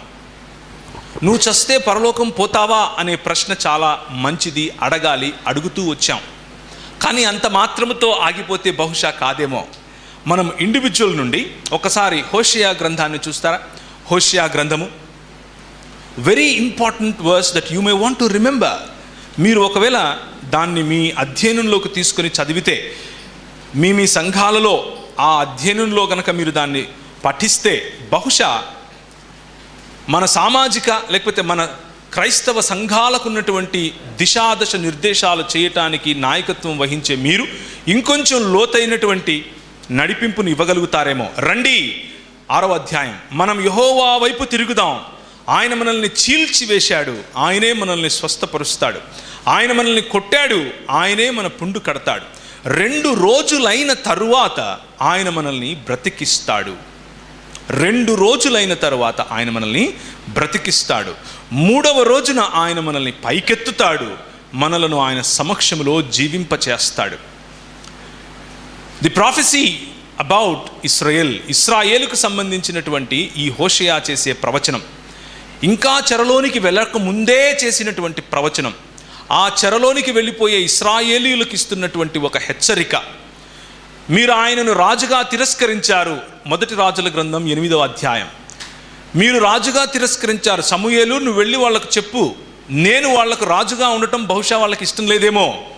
న్యాయాధిపతిగా నేను పెడితే నీ కుమారులు బాగలేరని చెప్పి, నీ కుమారులు బాగలేకపోతే ఇంకెవరినో న్యాయాధిపతులుగా ఉంచాలి, కానీ వీళ్ళు న్యాయాధిపతులే వద్దు, మాకు ఆ సిస్టమే వద్దు, మాకు ఏ సిస్టమ్ కావాలి? రాజు అనే సిస్టమ్ కావాలంటున్నారు. కానీ ఈ లోకంలో నుంచి నేను గనక రాజును ఇస్తే, వాడు నీ ముందు రథం వేసుకుని వెళ్తే నీ పిల్లలు వాడికి రొట్టెలు చేసి పెట్టాలి, మీ ఆడపిల్లలు వాడికి సంపంగి పూయాలి, మీ ఆడపిల్లలు వాడికి ఇత్తురు కొట్టాలి, అంటే సెంటు కొట్టాలి. ఆడి రథం ముందు కొంతమంది, వెనకల కొంతమంది పరిగెడతారు. రాజులు గుర్తొస్తూ ఉంటారు. క్రైస్తవ సంఘాల్లో ఉన్న రాజులు కూడా బహుశా మీకు గుర్తొస్తుండొచ్చు. నిన్ను కాదు వాళ్ళు తిరస్కరించేది, నన్ను అన్నాడు ప్రభువు. నిన్ను కాదు, నన్ను. కానీ నేను ఒక రాజును వీళ్ళకు పంపుతాను, ఆ రాజు ఆయన కథే వేరు అని అన్నాడు. ఆ రాజు పైవస్త్రము తీసే రాజు, ఆ రాజు బూడిదకు ప్రతిగా పూదండనిచ్చే రాజు, ఆ రాజు పైవస్త్రము విప్పి నడుముకు తువ్వాలు కట్టుకుని గోచి కట్టుకునే వాళ్లను కిరీటం పెట్టి పైన కూర్చోబెట్టే రాజు. ఆ రాజు పెంటకుప్పల మీద పడి ఉన్న ఇశ్రాయేలుకు ప్రతినిధిగా వచ్చి, ఆ రాజు పెంటకుప్పల మీద ఉన్న ఇశ్రాయేలును తీసుకుని వెళ్ళి దీపపు స్తంభముగా చేసే రాజు, ఆ రాజు వస్తాడు అని హోషేయ ప్రకటిస్తున్నాడు. హోషేయ ప్రకటించిందదే, యెషయా ప్రకటించిందదే, మీకా ప్రకటించిందదే, ఆమోసు ప్రకటించిందదే. ఆ తరువాత చెరలోనికి వెళ్ళిపోయినటువంటి ఇశ్రాయేలులో దానియేలు మాట్లాడిందదే, యెహెజ్కేలు మాట్లాడిందదే. ఆ తరువాత చెరలో నుంచి విడిపిస్తానని ప్రభువు చెప్పి బయటకు తీసుకొచ్చినటువంటి వారితో యెషయా 49వ అధ్యాయం నుండి మొదలు పెట్టుకుని నీవు దీపస్తంభముగా ఉంటావు అని ఇశ్రాయేలుకు చెప్పినటువంటి వాగ్దానము కూడా ఇదే. 2 రోజులైన తరువాత నిన్ను నేను బ్రతికిస్తాను. ప్రభువు 2 రోజులైన తరువాత 3వ దినమున తిరిగి లేచాడు. నూతన ఆకాశము, నూతన భూమి అనేటటువంటి నూతన సృష్టికి ఆయన పునాది వేశాడు. నూతన సృష్టికి పునాది వేసి అక్కడితో ఇండివిజువల్, వ్యక్తిగతంగా మాత్రమే పాపము పైన మరియు దోషము పైన మరియు రాజ్యమును తిరస్కరించేటటువంటి ఇండిపెండెన్సీ పైన మరియు అన్నిటినీ మించినటువంటి ముళ్ళైనటువంటి మరణము పైన విజయం. ఈ రాజు చనిపోవటానికి వచ్చాడు అన్నది మాత్రం లోకం చూస్తోంది, మతం చూస్తోంది. కానీ ఈ రాజు చంపటానికి వచ్చాడు అన్న విషయం నేను నీకు చెప్తున్నాను ఈరోజు. మీకు అందరికీ తెలిసిందే. దేన్ని చంపాడు? అన్యాయాన్ని చంపాడు. దేన్ని చంపాడు? తిరస్కరణను చంపాడు. దేన్ని చంపాడు? దేవునికి మనిషికి మధ్య ఉన్న అగాధాన్ని చంపాడు. దేన్ని చంపాడు? దేవునికి మనిషికి మధ్య ఉన్న అగాధం కారణంగా వచ్చిన మరణాన్ని చంపి తిరిగి లేచి శరీరముతో తాకు అని అన్నాడు. హతియాస్ము కహకిరియాస్ము అన్నాడు తోమా. నా దేవా, నా ప్రభువా అని అన్నాడు. ఇది ఈ హోషేయ చెప్పేటటువంటి మాటల్లో గనక గమనిస్తే కేవలం యేసుతో ఆగిపోయేటటువంటి నూతన సృష్టి కార్యం కాదు. యేసు మొదలుపెట్టినటువంటి నూతన సృష్టి కార్యం. సమాజములను ఆయన తిరిగి లేపబోతున్నాడు. మరణించినటువంటి మృతతుల్యమైనటువంటి సమాజములను ఆయన తిరిగి లేపబోతున్నాడు. ఇదిగో నీ రాజు ఏలుతున్నాడు అని ప్రకటించే సమాజం ఒకటి బయలుదేరింది. ఆ ఎక్లీసియా బయలుదేరింది. ఆ ఎక్లీసియా బయలుదేరి నీ రాజ్యము వచ్చును గాక, నీ చిత్తము పరలోకమందు నెరవేరుచున్నట్లు భూమి మీద నెరవేరును గాక. ఆ రాజ్యములో అనుదిన ఆహారము మాకు నువ్వు ఇస్తావు. ఆ రాజ్యములో ఇంకా ఏం జరుగుతుంది మీకు తెలుసు. ప్రతిరోజు చెప్పేటటువంటి మంత్రంగా చెబుతూ ఉంటాం కొన్నిసార్లు, కానీ రాజ్యమును గురించినటువంటి ప్రకటన. ఎందుకనగా రాజ్యము, శక్తి, మహిమ నిరంతరము నీవే. The lord is the Kingdom. ఆ రాజే రాజ్యం. ఆ రాజులో ఉన్న మనమే రాజ్యం. ఆ రాజులో ఉన్న మనము నిర్మించేది రాజ్యం. నువ్వు కట్టింది నేను కడతాను, నువ్వు విప్పింది నేను విప్పుతాను అని ప్రభు అన్నదానికి వెనుకున్న కారణం అది. నువ్వు కడితే రోడ్లుంటాయి, నువ్వు కడితే సమాజాలు కట్టబడతాయి, నువ్వు కడితే కుటుంబాలు కట్టబడతాయి, నువ్వు కడితే ఓన్లీ మతమే నిలబడుతుంది. ఏది ఎంచుకుంటావో నీ చేతిలో ఉంది. మతానికి మాత్రమే మనం ఆగిపోతే సంకుచితమైనటువంటి ఆలోచన పద్ధతిలో మనల్ని ప్రజలు నెట్టుతూనే ఉంటారు, మనం నెట్టించుకుంటూనే ఉంటాం. ఇశ్రాయేలు తొక్కించుకోవడానికి కాదు, తొక్కడానికి పిలువబడింది.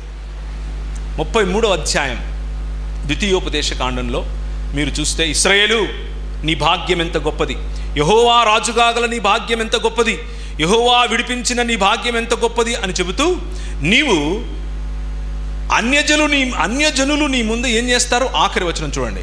వేషాలు వేస్తారు, డ్రామాలు వేస్తారు, కానీ నువ్వు వారి ఉన్నత స్థలములను తొక్కుతావు అనుంది. ఏం చేస్తాడు? మనం ఇశ్రాయేలు, నూతన ఇశ్రాయేలు యొక్క పిలుపేంటి? ఉన్నత స్థలాలను తొక్కడం.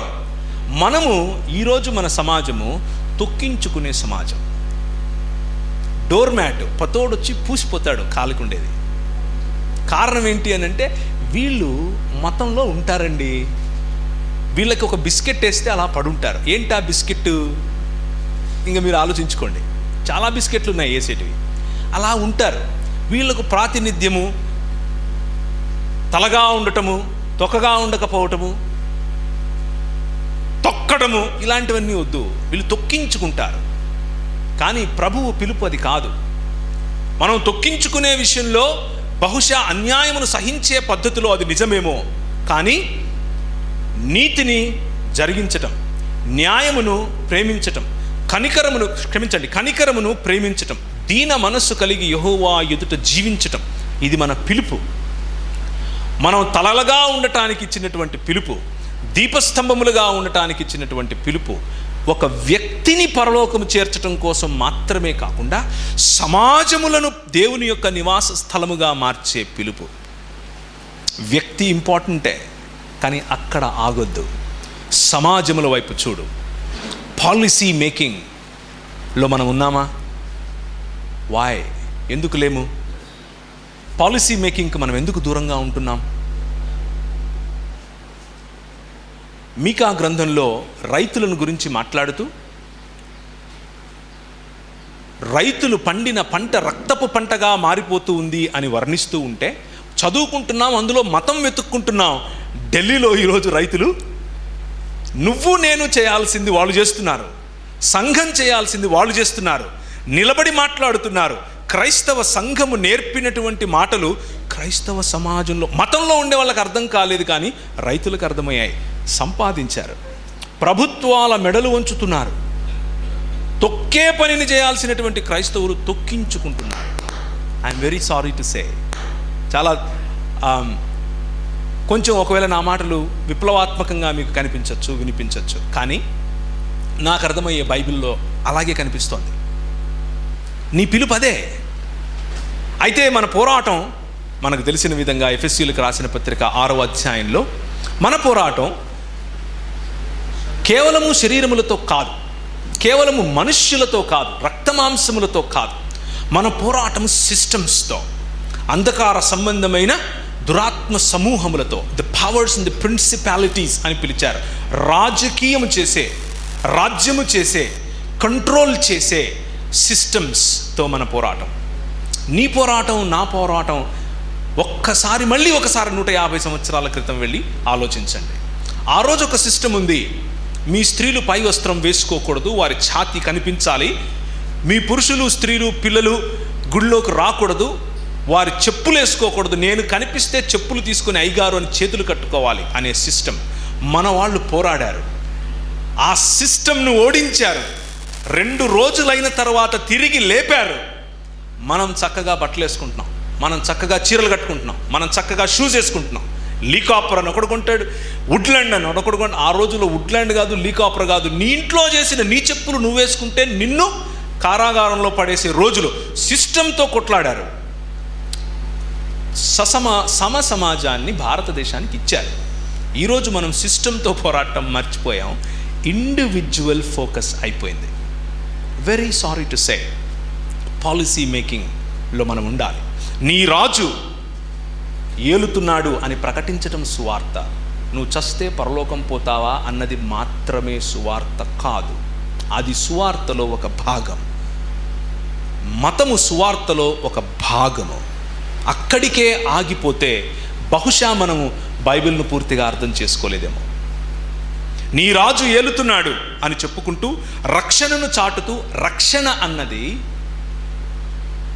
ఈ రాజు పరిపాలన క్రిందికి రావటమే. సువార్తను ప్రకటిస్తూ సమాధానమును ప్రచురించే సమాధానం అన్నది సమాజముల మధ్య సమాధానం, అన్యులుగా పిలువబడే వారి మధ్య సమాధానం, వేరువేరు మత ప్రాతిపదిక కలిగిన వారి మధ్య సమాధానం. ఈ సమాధానమును ప్రకటించటం క్రైస్తవుల బాధ్యత. ఇశ్రాయేలు లేకపోతే నూతన యెరూషలేముగా పిలువబడే మన బాధ్యత. తొక్కించుకుంటున్నామేమో, కానీ ఒక్కసారి కళ్ళు తెరిస్తే మనము ఉన్నత పర్వతములను లేకపోతే ఉన్నత ప్రదేశములను తొక్కేవాళ్ళం. ఉన్నత స్థలాలు అంటే ఏంటనుకుంటున్నారు? అదేదో కాదు. ఉన్నత స్థలాలు అని అంటే ఆ రోజుల్లో ఇశ్రాయేలు అలాగే చుట్టుపక్కల ప్రాంతాల్లో ఎక్కడెక్కడైతే కొండలు ఉన్నత స్థలాలు ఉంటాయో అక్కడక్కడ బలిపీఠములు కట్టేవాళ్ళు. అక్కడక్కడ అష్టారోతు దేవత, అషేరా దేవత, అక్కడక్కడ నెహుష్టాను, అక్కడక్కడ బయలుదేవత మెలెక్ వంటి వారికి ఆ ధూపదీప నైవేద్యాలు వేసేటటువంటి ప్రదేశములను కట్టి వారి యొక్క పవర్స్ అండ్ ప్రిన్సిపాలిటీస్ కారణంగా సమాజంలో వాల్యూస్, సమాజంలో విలువలను తీసుకొని వచ్చేవాళ్ళు. ఎందుకంటే మెలకుకు మనం పిల్లలను అర్పించాలి కాబట్టి పిల్లలకు వాల్యూ లేదు, పిల్లలు కేవలం ఒక వస్తువు మాత్రమే. ఎందుకంటే మెలకు యొక్క భార్యకు ఆమె సెక్షువల్ లైఫ్కు సంబంధించినటువంటి దేవత కాబట్టి మనము మందిరంలోనికి వెళ్ళి సెక్షువల్ లైఫ్ గడపాలి, పెండిళ్ళు కాకపోయినా కానీ పూజారులతో పండుకోవాలి అని అన్నారు. ఈ సిస్టమ్స్ను తొక్కాలి. ఎవరు? యాకోబు, నువ్వు తొక్కుతావు అని అన్నాడు. తొక్కారు, కానీ యాకోబే ఆ సిస్టంలో భాగంగా మారిపోయాడు. అందుకు ప్రభువైన యేసుక్రీస్తు యాకోబును మరియు యాకోబు విమోచించటానికి ఉన్నటువంటి సిస్టమ్స్ను రెండింటినీ విమోచించటానికి ఈ భూమి మీద పరిపాలకుడిగా వచ్చాడు. మనల్ని చంపి ఎక్కడికో వేరే లోకం తీసుకుపోవటానికి కాదు. That is religion. నూతన యెరూషలేము దింపటానికి, నీ రాజ్యము వచ్చునుగాక అని చెప్పటానికి, నేను ఎక్కడికో పోవుదునుగాక అని చెప్పడానికి కాదు. ఆయన వస్తాడు, వస్తాడు, వస్తాడు, నీ రాజు వస్తాడు, ఆయన మరలా వస్తాడు అని యెషయా ప్రకటించేశాడు. మలాకి నీ రాజు వచ్చేశాడు, మీకా నీ రాజు వచ్చేశాడు. యెరూషలేము, ఎఫ్రాతా, యూదా వారి గోత్రములలో నువ్వు స్వల్పమైన గ్రామం అనుకుంటున్నావేమో, ఇశ్రాయేలును ఏలబోవాడు నీలో నుంచే వస్తాడు. ఆ ఇశ్రాయేల్ అన్నది కేవలము ఒక భూభాగము, ఒక చిన్న రియల్ ఎస్టేట్ పీస్ కాదు. ఇంతవరకు మనం చదివినట్లుగా త్వరపడి వెళ్ళిపోండి, సకల జనుల కన్నుల ఎదుట యెహోవా తన పరిశుద్ధ బాహువును బయలుపరిచి ఉన్నాడు. 10వ వచనం. భూ దిగంత నివాసులందరూ మన దేవుని రక్షణను చూస్తారు. The whole world will come under the powers and the principality and the rule and the dominion of our God. మన దేవుని యొక్క ఈ సమాజము, సౌభ్రాతృత్వము, కులము లేదు, జాతి లేదు, మతము లేదు, మనుష్యుల మధ్య భేదము లేదు, భేదాభిప్రాయాలు లేవు. ఎక్కడ చూసినా సుభిక్షత. దీనికి గోదావరిని పేరుంది కాబట్టి మీరు మునగద్దు, మేము మునుగుతాం అనడానికి వీల్లేదు. ఇది కృష్ణ అని పేరుంది కాబట్టి మీకు సంబంధించింది కాదు, మాది అని చెప్పడానికి వీల్లేదు. ఇది నైలు అని పేరుంది కాబట్టి, ఇది మా యూఫ్రటీస్ అని పేరుంది కాబట్టి ఇది కేవలము ఐగుప్తీయులకు మాత్రమే అని చెప్పడానికి వీల్లేదు. ఇది ఎవరెస్ట్ అని ఉంది కాబట్టి చైనా ఈరోజు ఎవరెస్ట్ ఎక్కి నాదంటోంది, అలా చెప్పడానికి వీల్లేదు. కాంచనజంగా అని పేరు పెట్టుకున్నాం కాబట్టి ఇది మా నేపాలీయులదని చెప్పడానికి వీల్లేదు. హిమాలయాలని పేరు పెట్టుకున్నాం కాబట్టి ఇది మా కశ్మీర్లదని చెప్పటానికి వీల్లేదు. అన్ని వనరులు, భూమి మీద ఉన్న ప్రతి ఒక్కటి నా సన్నిధి చేత నింపబడుతుంది. సముద్రము నీటి చేత నిండబడినట్లుగా యెహోవా జ్ఞానము చేత ఈ భూమి అంతా కూడా మహిమోన్వితమవుతుంది. మనం చదివాం, మనకు తెలిసిన విషయాలు ఇవన్నీ. దాట్ ఈజ్ సువార్త. ఆ సువార్త ప్రకటనలో ఎక్లీసియాగా మనము ఇండివిజువల్ నుండి సమాజం వైపుకు చూడాల్సినటువంటి సమయం వచ్చేసింది. ఆఖరిగా మెటీరియల్ డ్రెయిన్ ఒకవైపు జరుగుతోంది, హ్యూమన్ డ్రెయిన్ ఇంకొక వైపుకు జరుగుతోంది. మన ప్రధాని నరేంద్ర సింగ్ మోడీ గారు రీసెంట్గా హౌడీ మోడీ అని ఒక 2 సంవత్సరాల క్రితం టెక్సస్లో ఉన్నటువంటి హ్యూస్టన్లో ఒక పెద్ద సభ పెట్టారు. అందులో ఒక మాట అన్నారు. చాలామంది అనుకుంటారు భారతదేశం యొక్క పెట్టుబడి మా దగ్గర చదువుకున్న ఐఐఎంకు సంబంధించిన వాళ్ళు, మా దగ్గర చదువుకున్న ఐఐటికి సంబంధించిన వాళ్ళు, మా దగ్గర చదువుకున్న గొప్ప గొప్ప వాళ్ళందరూ, డాక్టర్స్, ఇంజనీర్స్ అందరూ, టెక్నాలజీకి సంబంధించిన వాళ్ళందరూ అమెరికాకు వెళ్ళిపోయి ఇక్కడ మా బ్రెయిన్ డ్రెయిన్ అయిపోతుంది. డ్రెయిన్ అంటే డ్రైనేజ్ బేసిక్గా వెళ్ళిపోయేది, అంటే మలినాలు వెళ్ళిపోయేది. మా దేశంలో ఉన్నటువంటి క్వాలిటీ, నాణ్యత, నిపుణత మొత్తం ఎక్కడికి వెళ్ళిపోతుంది? వేరే దేశానికి వెళ్ళిపోతుందని అనుకుంటూ ఉంటారు. కానీ మేము అలా చూడట్లేదు. మేము దాన్ని బ్రెయిన్ ఇన్వెస్ట్మెంట్గా చూస్తున్నాం, బ్రెయిన్ డిపాజిట్గా చూస్తున్నాం అని అన్నారు. అయితే క్రైస్తవ సమాజం గురించి నేను ఒక ప్రశ్న అడుగుతాను. మన సమాజంలో ఎంత బ్రెయిన్ డిపాజిట్ ఉంది అన్న కనీసం ఒక సర్వే మనం ఎప్పుడైనా చేసామా? మన సమాజంలో ఉన్న బ్రెయిన్ ఇన్వెస్ట్మెంట్ అంటే ఎఫ్ఎస్సి పత్రిక మొత్తం చెప్పేయటం, లేకపోతే కీర్తన 118 మొత్తం చెప్పేయటం, ఇదేనా? లేకపోతే ఇంకేమైనా ఉందా? మన మెటీరియల్ డ్రెయిన్ ఒకవైపు ఇంతవరకు సహోదరుడు చెప్పినట్లుగా భూములు ఆక్రమణ గురవుతున్నాయి. మనకు కావలసినటువంటి హక్కులు, ఇంతవరకు మనం మాట్లాడుకున్నట్లు మనకు సమాధుల తోట, ఇది మనం బిచ్చమడిగేది కాదు, ఇది మన హక్కు. That's my right. రాజ్యాంగంలో హక్కురా బాబది, నీకు అర్థం కావట్లేదు అని మనం చెప్పాలి. ఎలా చెప్తాం? మన బ్రెయిన్ డిపాజిట్ లేదు. మన బ్రెయిన్ డిపాజిట్ ఎక్కడ ఉండాలో అక్కడ లేదు. మన బ్రెయిన్ డిపాజిట్ కేవలం పుల్పిట్కు మాత్రమే ఒకవేళ ఆగిపోయి ఉంటే అది మతం. మన బ్రెయిన్ డిపాజిట్ ఉండాల్సిన చోట ఎక్కడ స్విచ్ చేయాలో అక్కడికి వేలు వెళుతుందా లేదా అన్నది మనం చూడాలి. Where is our brain deposit? మన బ్రెయిన్ డిపాజిట్, మన సంఘాల్లో ఉన్నటువంటి యువకులు, యువతులకు ఈ దర్శనం ఎవరిస్తారు? మీరు, నేనేగా. ఏంటా దర్శనం? ఒక కాటన్ మనకు కావాలి, మళ్ళీ ఒక కూర్గ్ మనకు కావాలి, మనకు క్లోవ్ ఇంకొకరు కావాలి, మన స్టోక్స్ ఇంకొకరు కావాలి. స్టోక్స్ అనే ఆయన మీ పక్కన కృష్ణా జిల్లాకు ఆ రోజుల్లో 1870లలో కలెక్టర్. ఆ రోజుల్లో వచ్చినట్టు గురజాల ప్రాంతం మొదలుకొని వచ్చినటువంటి భయంకరమైనటువంటి కరువులో ఆయన నిలబడి ప్రజలకు పరిచర్య చేశాడు. సేవించటమే పాలించటము అనేటటువంటి ఈ ఆలోచన, ఈ బ్రెయిన్ డిపాజిట్, సేవించటమే పాలించటము అనేటటువంటి బ్రెయిన్ డిపాజిట్ మనం ఇంకా సమాజానికి నేర్పించలేకపోయామా అన్న ఆత్మవిశ్లేషణ, ముఖ్యంగా మన సంఘాలలో ఉన్న మన ప్రజలకు, మన పిల్లలకు మనం ఇంకా ఆ విత్తనాలు వేయలేకపోయామా అన్న ఆలోచనను మనం చేయాలి. చక్కగా మా హైదరాబాద్ మా ఊరికి వస్తే కనుక పొగలు పెడతారు, లైట్లు పెడతారు, ఎక్సలెంట్ మెటాలిక్ సౌండ్స్ వస్తూ ఉంటాయి. And we worship our God, our God reigns, మా దేవుడు పాలిస్తున్నాడు, మా దేవుడు పాలిస్తున్నాడు. There is no one equal to you, there is no match for you. అంత మాటల్లోనే ఉంటుంది. ప్రజలందరూ పాటలు పాడుకుంటారు, మన పిల్లలు కూడా పాటలు పాడతారు, వాళ్ళకి చాలా ఇష్టం. ఆ పాటలు అయిపోయిన వెంటనే మళ్ళీ వెళతారు, మళ్ళీ ఈ లోక మర్యాద చొప్పున వాళ్ళ పనులు, వాళ్ళ పాలసీస్ నడుస్తాయి. రోమిలకు రాసిన పత్రిక 12వ అధ్యాయంలో మీరు చెప్పే విషయమే, కొత్తదేం కాదు. ఈ లోక మర్యాద చొప్పున నడువక ఉత్తమమును పరిపూర్ణమును కదా, దేవుని చిత్తమేదో తెలుసుకుని దాని ద్వారా అది మన పోరాటం. Policy making, corporate influence, health సెక్టర్లో ఇన్ఫ్లుయెన్స్, అడ్మినిస్ట్రేషన్లో ఇన్ఫ్లుయెన్స్, ఐపీఎస్ అనే రంగాన్ని ఈ దేశానికి ప్రవేశపెట్టిందే మనం, ఐఏఎస్ అన్న రంగాన్ని ఈ దేశంలో తీసుకొచ్చిందే మనం, అసలు ఈ దేశంలో విద్య అన్న దాంట్లో మొదలుపెట్టింది మనం. ఈ దేశంలో స్త్రీలు పురుషులు అసలు చెడ్డీలు వేసుకోవచ్చా వేసుకోకూడదా, వీళ్ళు ఊడల్లో బతకాలి, వీళ్ళు గుడిసెల్లో బతకాలని అన్నప్పుడు స్త్రీలను పురుషులను పక్కపక్కన కూర్చోబెట్టి చదువు చెప్పింది మనం. కానీ ఈరోజు మన పిల్లల బ్రెయిన్ డిపాజిట్ ఆ డైరెక్షన్లో ఉందా లేదా అని ఆలోచిస్తే బహుశా చాలా తక్కువ ప్రస్తుతానికి కనిపిస్తోంది. భవిష్యత్తు ఒకవేళ దేవుని రాజ్యం వైపుకు మనం అడుగులు వేయాలి అని అనుకుంటే భవిష్యత్తు మన పిల్లల చేతిలో ఉంది. ఆ పిల్లలకు గనక మనం ఈ దృక్పథాన్ని అందిస్తే మత ప్రాతిపదిక మాత్రమే కాదు, రాజ్య ప్రాతిపదిక ఉంది. దేవుని రాజ్యమును నిర్మించే పని ఉంది. ఆ రాజ్యములో మంచి రోడ్లు ఉండాలి, ఆ రాజ్యంలో కమ్యూనిటీ హాల్స్ ఉంటాయి, ఆ రాజ్యంలో కేవలము సమాధులతో మాత్రమే కాదు, ఆ రాజ్యంలో నీవు ఒక ప్రతినిధిగా ఉండాలి. ఆ రాజ్యంలో కేవలము క్రైస్తవులకు కాదు, ముస్లిములకు, హిందువులకు, జైనులకు, బౌద్ధులకు, ప్రతి ఒక్కరికి సమానమైనటువంటి పరిపాలన అంటే ఇప్పుడు ఏంది, మనం క్రైస్తవ దేశం చేయాలా? నో, అది చాలామంది ట్రై చేశారు. యూరోప్ చేశారు, దుంపనాశనమైంది. ఇంగ్లాండ్ చేశారు, దుంపనాశనమైంది. అమెరికా చేశారు, దుంపనాశనమే చేస్తారు క్రైస్తవులు చేతికిస్తే. అది కాదు నేను అనేది.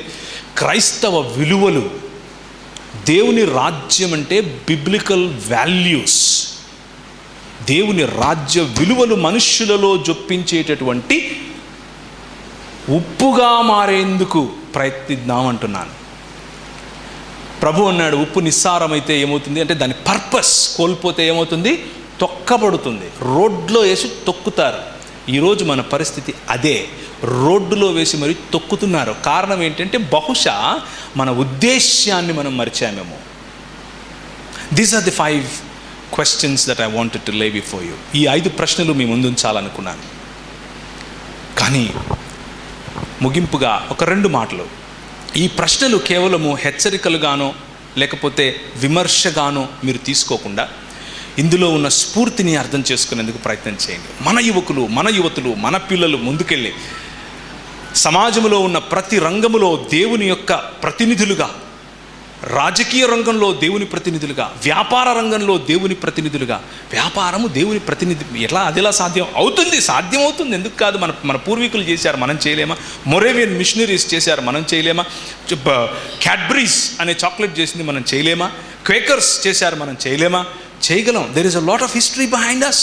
మన వెనుకున్నటువంటి చరిత్రను ఒక్కసారి కనుక తిరిగేసి చూస్తే మన ప్రజలు ప్రపంచాలను ఎలా మార్చారు. ముఖ్యంగా గత 550 సంవత్సరాల నుండి ప్రపంచంలో వచ్చిన వెలుగు సువార్తీకరణ కారణంగా వచ్చిన వెలుగు, నా రాజు రాజ్యం చేస్తున్నాడు, నా ప్రభువు ఏలుతున్నాడు అని సువార్త ప్రకటించేటటువంటి వ్యాపారస్తులు, సువార్త ప్రకటించేటటువంటి రాజకీయ నాయకులు, సువార్త ప్రకటించేటటువంటి సోషల్ యాక్టివిస్ట్, సువార్త ప్రకటించేటటువంటి చిన్న చిన్న వృత్తులు చేసుకునేవారు, సువార్తలు ప్రకటించేటటువంటి బ్యాంకర్స్, సువార్త ప్రకటించేటటువంటి అన్ని రంగాలలో కూడా ప్రాతినిధ్యం దేవుని యొక్క రాజులైన యాజక సమూహము అనేటటువంటి మన యంగ్ పీపుల్, మన తరువాత వచ్చే తరాన్ని మనం తయారు చేయగలిగితే రానున్న రోజుల్లో పెద్దలు మీరు ప్రభువునందు నిద్రించే సమయంలో తృప్తిగా మంచి పోరాటం పోరాడాను అనేందుకు అవకాశం ఉంటుంది. ఇప్పుడు లేదని నేను అనట్లేదు, మీరు you have done a great thing, ఎంతోమందిని మీరు లేపారు, ఇంకా పని ఉందేమో, అలాంటి దశగా కూడా మనం ఆలోచించాలేమో అన్న విషయాన్ని దయచేసి మీరు మీ మనసులో ఉంచుకోవాలని నేను పిలుపునిస్తున్నాను. ప్రభువు యొక్క రాకడ, ఆ రాకడ మనం ఎక్కడికో వెళ్ళిపోవటానికి అనేది మతం. ఆ రాకడ ప్రకటన గ్రంథం 21వ అధ్యాయంలో ఉన్నట్లుగా ఈ భూమిని మరియు ఆకాశమును నూతనపరిచేది, పాతవి గతించి క్రొత్తగా ఆయన రాజ్యంగా మారిపోయేది. నూతన యెరూషలేము పట్టణము ఇక్కడికి దిగి వచ్చేటటువంటి రాకడ. మనం ఎత్తబడి ఆయనను స్వీకరించి వస్తాం. ఇక్కడ ఆయన రాజ్యమును స్థాపిస్తాడు. ఆ రాజ్యములో నువ్వు నేను ప్రతినిధులుగా ఉంటాం. అందరికీ వనరుల వితరణ జరుగుతుంది. దేవుడే రాజుగా పరిపాలిస్తాడు. ఆ దర్శనాన్ని గనక మనం చూడగలిగితే మన దేశం, ఈ ప్రపంచం నూతన యెరూషలేముగా మారుతుంది. తలలోంచుకుంటే ప్రార్థించుకుందాం. ఫాదర్, మీ పాద సన్నిధికి వస్తున్నాం నాయన. మా భక్తి, మా డివోషన్ మత ప్రాతిపదికగా మాత్రమే ఒకవేళ ఉంటే మమ్మల్ని క్షమించండి. విశాలమైనటువంటి దృక్పథం, విశాలమైనటువంటి ప్రపంచ దృక్పథం, విశాలమైనటువంటి నూతన ఆకాశము, నూతన యెరూషలేము, నూతన భూమి అనేటటువంటి దర్శనం, విశాలమైనటువంటి రాజులు ఆయన వైపు చూస్తారు, భూరాజులు వారి మహిమను మోసుకుని నీ రాజ్యములోనికి ప్రవేశిస్తారు అనే మాటలను మేము అర్థం చేసుకుని, రాజులను ఇన్ఫ్లుయెన్స్ చేసే, పాలకులను ఇన్ఫ్లుయెన్స్ చేసే, ప్రభుత్వములను ప్రభావితం చేసే రాజులైన యాజక సమూహముగా ఈ సేవక గణమును సేవించటమే పాలించటము అనే ఈ నినాదాన్ని మా హృదయాలలో ఉంచుకొని మేము మా ప్రజలను పాలించటానికి, పరిపాలించటానికి, కాపరత్వం అందించటానికి మా పారాడైమ్స్ ఇవాంజలిజం నుంచి డిసైపుల్షిప్ వైపుకు, సినగోగు నుంచి ఎక్లీసియా వైపుకు, ఇండివిజువల్ నుంచి ప్రపంచము వైపుకు మేము తిరుగునట్లు సహాయం చేయమని ప్రభు అయిన యేసుక్రీస్తు నామములో అడిగి వేడుకుంటున్నాం తండ్రి. ఆమెన్. హల్లెలూయా.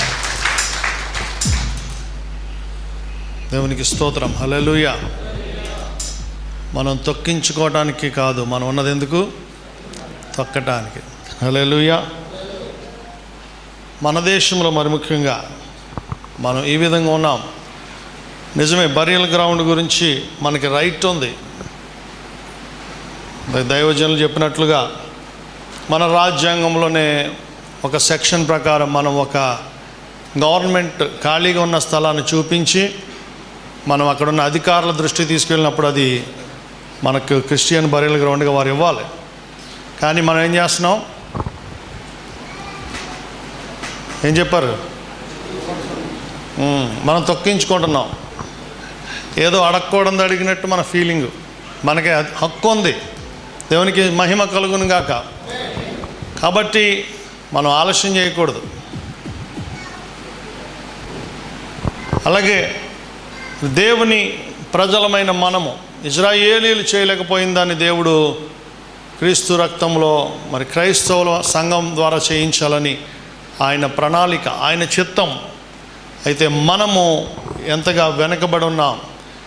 గొప్ప గొప్ప మరి భక్తులు, క్రిస్టియన్ లీడర్స్ చేసినటువంటి అనేకమైనటువంటి గొప్ప పరిచర్యల గురించి బ్రదర్ గారి ద్వారా మనం విన్నాం. దేవునికి మహిమ కలుగును గాక. ఆ యొక్క పెంటపాడు మండలానికి కూడా ఒక సపరేట్ క్రిస్టియన్ కమ్యూనిటీ హాల్ మనం అడగాలి. మన ఎమ్మెల్యే గారిని పిలవాలి. తాడేపల్లిగూడెం కూడా క్రిస్టియన్ కమ్యూనిటీ హాల్ అలాగే బరియల్ గ్రౌండ్ ప్రాబ్లం బాగా ఎక్కువ ఉంది ఇక్కడ. మరి ఈ విషయాలు మనం అడగాలి. 2001లో మరి అప్పుడు నేను 25 సంవత్సరాల ఒక పెళ్లికాని కుర్రోడిని, YMCA ప్రెసిడెంట్ అయ్యాను. అప్పుడు ఎర్రనారాయణ స్వామి గారు ఎమ్మెల్యేగా ఉండేవారు. మరి మేమందరం కూడా అప్పటికే 10-20 ఏళ్ళ నుంచి ఉన్న సమస్య అది. అంటే ఇప్పటికి లెక్కేస్తే 40 ఏళ్ళ నుంచి ఉంది బరియల్ గ్రౌండ్ ప్రాబ్లం. కాకపోతే మన క్రైస్తవులకు ఐక్యత లేక అది ఇంతకాలం పట్టింది. నేను అడిగినప్పుడు కరణం అప్పారావు గారని చైర్మన్ ఉండేవారు, మున్సిపల్ చైర్మన్, ఎగ్గి నాగబాబు గారు వైస్ చైర్మన్. మరి మేము పదే వారి దగ్గరికి వెళ్ళినప్పుడు మన ఏరోడ్రోమ్ మీద 5 ఎకరాలు బరియల్ గ్రౌండ్కి ఇచ్చేస్తా అన్నారు. అప్పుడు ఏరోడ్రోమ్ మీద ఈ NIT లేదు. 5 ఎకరాలు మనకి ఇచ్చేస్తానంటే మేము ఎంతో సంతోషించాం. అయితే మనలో కొంతమంది పెద్దలు ఏరోడ్రోమ్ దగ్గర ఎవరికి కావాలి, మరి ఇప్పుడున్న పాతూరులోనే కావాలని చెప్పి అడ్డు పెట్టారు. తెలుసు కదా, మనం ఒకడు పైకి ఎక్కుతుంటే నలుగురు కిందకి లాగేస్తుంటారు. మరి చిన్న కుర్రాడు పేరు వచ్చేద్ది అనుకున్నారో ఏంటో, కానీ నేను కూడా నిజమేనేమో అని వదిలేసాను. అప్పుడు తెలియక, అనుభవ రాహిత్యం వల్ల ఓహో అలాగా అనుకో. కానీ ఇప్పుడు చూస్తే ఏరోడ్రోమ్ ఎలా ఉందండి అది. కాబట్టి మనలో వాళ్ళు వెనకాల అక్కడ నుండి పాటికి మనకు 5 ఎకరాలు బరియల్ గ్రౌండ్ మరి ఎక్కడా లేనది. మరి కొన్ని వేల ఎకరాలు కదా స్థలం. అయితే ఇప్పుడు అది ఎటు కాకుండా NIT వాళ్ళకి వెళ్ళిపోయింది. ఆ NIT వల్ల మన ఊరోళ్ళకి ఏ ఉపయోగం లేదు.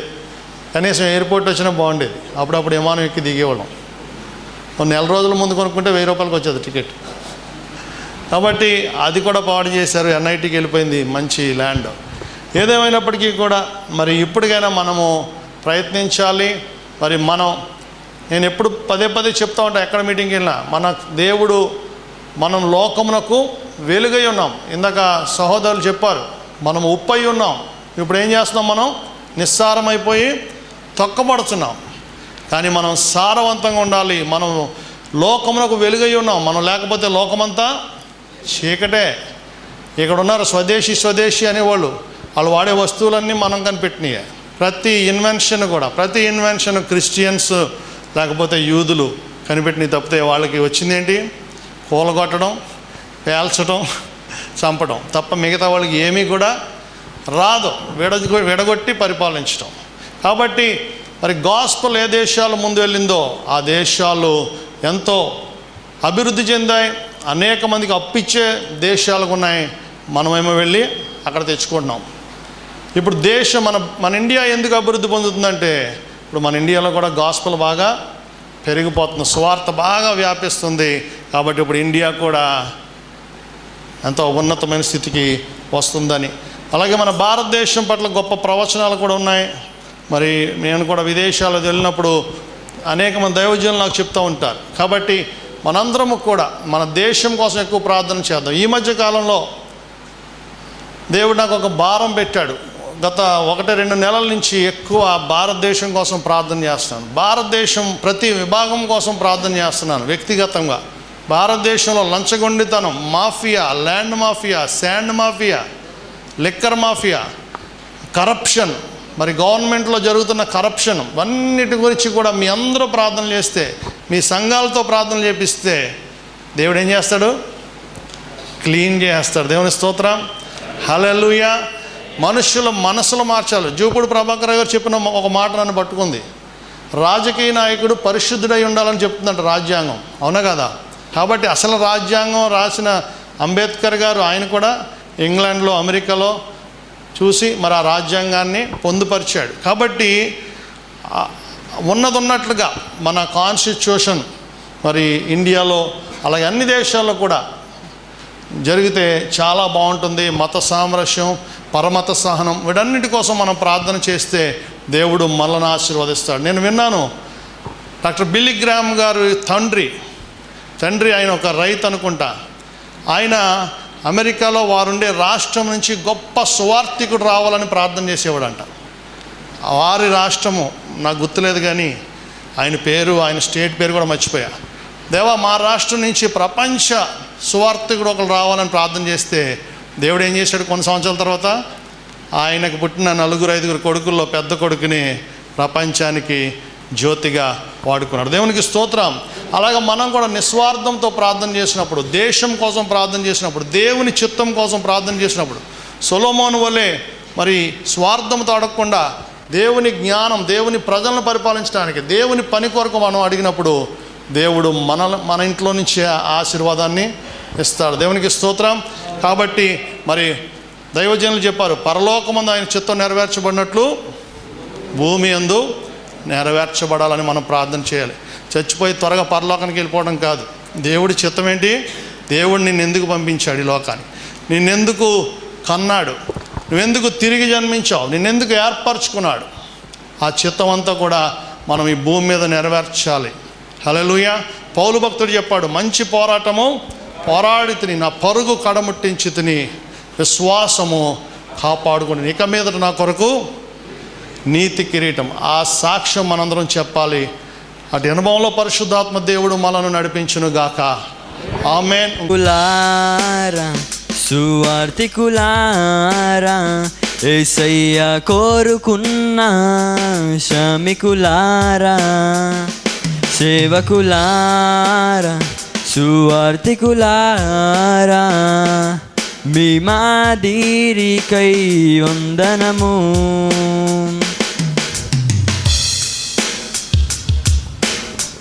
దైవాజ్ఞను నెరవేర్చుటకు మా కోసం బలి అయ్యారు, ప్రభురాజ్యం ప్రకటించుటకు ప్రాణాలని ఇలా విడిచారు, మా ఆత్మను రక్షించుటకు హతసాక్షు మీరయ్యారు, నీతి కిరీటము పొందుటకు అర్హులుగా మీరున్నున్నత పనికే మమ్మును పిలచిన దేవా, మా కొరకై నీ ప్రాణం అర్పించితివి, నీలో నిలచి ఉండుటే మా భాగ్యము, నీ కొరకే జీవించేదము.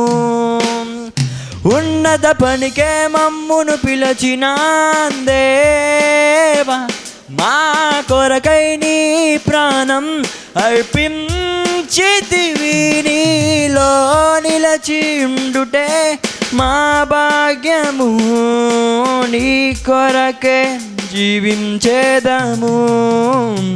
సేవకులారా సువార్తికులారా, యేసయ్య కోరుకున్న శ్రమికులారా, సేవకులారా, సువార్తికులారా,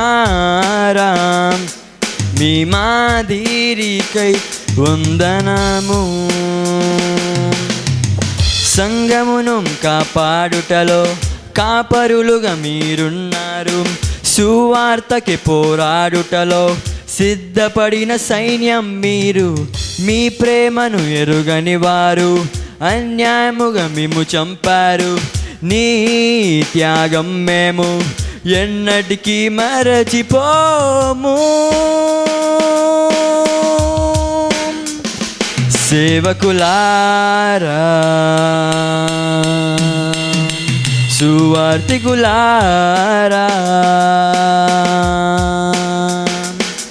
మీ మాదిరికై వందనము.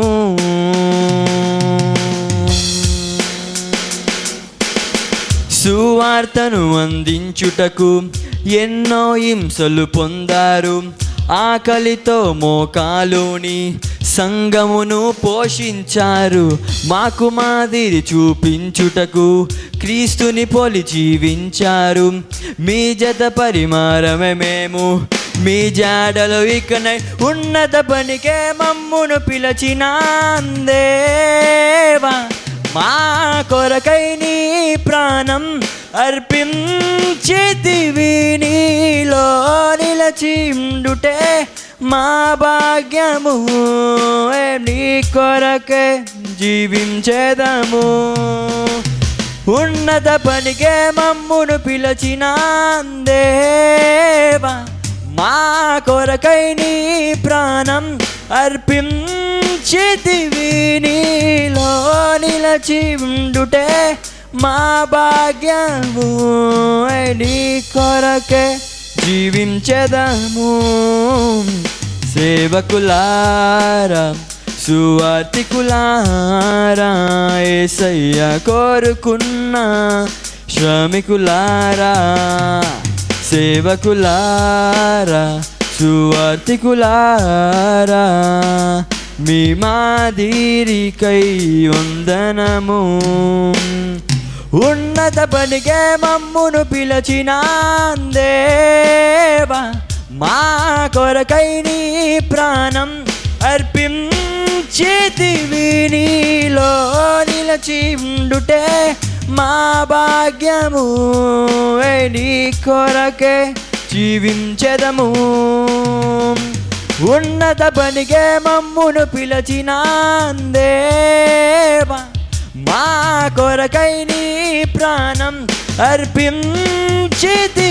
నీలో నిలచి ఉండుటే మా భాగ్యము. నీ కొరకే జీవించేదము. సేవకులారా దికులారా యేసయ్య కోరుకున్న శ్రమికులారా సేవకులారా సువార్తికులారా మీ మాదిరికై వందనము. హల్లెలూయా. దేవుని నామానికి మహిమ కలుగును గాక. ఈ చక్కని అవకాశం ఇచ్చినటువంటి దైవజనులు జ్యోతి ఆనంద్ గారికి నా హృదయపూర్వక వందనాలు. అలాగే వేదికను అలంకరించిన దైవజనులందరికీ కూడిచ్చిన మీ అందరికీ ప్రత్యేకంగా మా ప్రియ సహోదరులు ప్రవీణ్ పగడాల గారికి నా హృదయపూర్వక వందనాలు. 2019లో కొవ్వూరులో ఒక కార్యక్రమం ఏర్పాటు చేసాం. ఆయనతో మంచి టీం ఉంది, మంచి సబ్జెక్ట్ చెప్పగలరు. ఒక రోజుతో అయిపోయేది కాదు. మరి అటువంటి దైవ సేవకులను మన సేవకులంగా మనం వాడుకుంటే మనం ఏం చేయాలన్నది కొన్ని చేయగలగడానికి మనం ముందుకెళ్ళడానికి ఒక అవకాశం ఉందని నేను తెలియజేస్తూ ఉన్నాను. ఒక మాట నాకు కొద్దిగా ప్రేరేపణ చెప్తున్నాను. మనం తొక్కాలి అని. నిజమే, మనం ముందుకి సమాజం కొరకు మనం ముందుకెళ్ళకపోతే ఎవరు చేయరండి. చిన్న సిచ్యువేషన్ ఏంటంటే కొవ్వూరు ప్రాంతంలో 1వ వార్డు అని శ్రీరామ్ కాలనీ ఉంది. అక్కడ చాలామంది జ్వరాలతో, టైఫాయిడ్, మలేరియా, డెంగ్యూ ఫీవర్లతో మోకాళ్ళు వసిలిపోయి కిందకు పడిపోతున్నారు. ఒక వారం రోజులైంది, ఎవరు పట్టించుకోలేదు. ఒక పాస్టర్ గారు వాట్సాప్లో మెసేజ్ పెట్టాడు. ఏంటనే చూసి అవునా కాదా అని చెప్పి ఆ ప్రాంతంలో ఉన్నటువంటి ఒక సహోదరికి ఫోన్ చేస్తే, అయ్యా మేము హాస్పిటల్లో ఒక 10 మంది వరకు ఉన్నాం, మా పరిస్థితులు ఉన్నాయి, ఎవరు పట్టించుకోలేదంటే వెంటనే ఉన్నపాటుగా హాస్పిటల్కి వెళ్ళడం జరిగింది. వెంటనే ఒక్కొక్కరికి ప్రార్థన చేసి వాళ్ళతో ఫోటోలు దిగి వెంటనే మున్సిపల్ కమిషనర్ గారి దగ్గరికి వెళ్ళడం జరిగింది.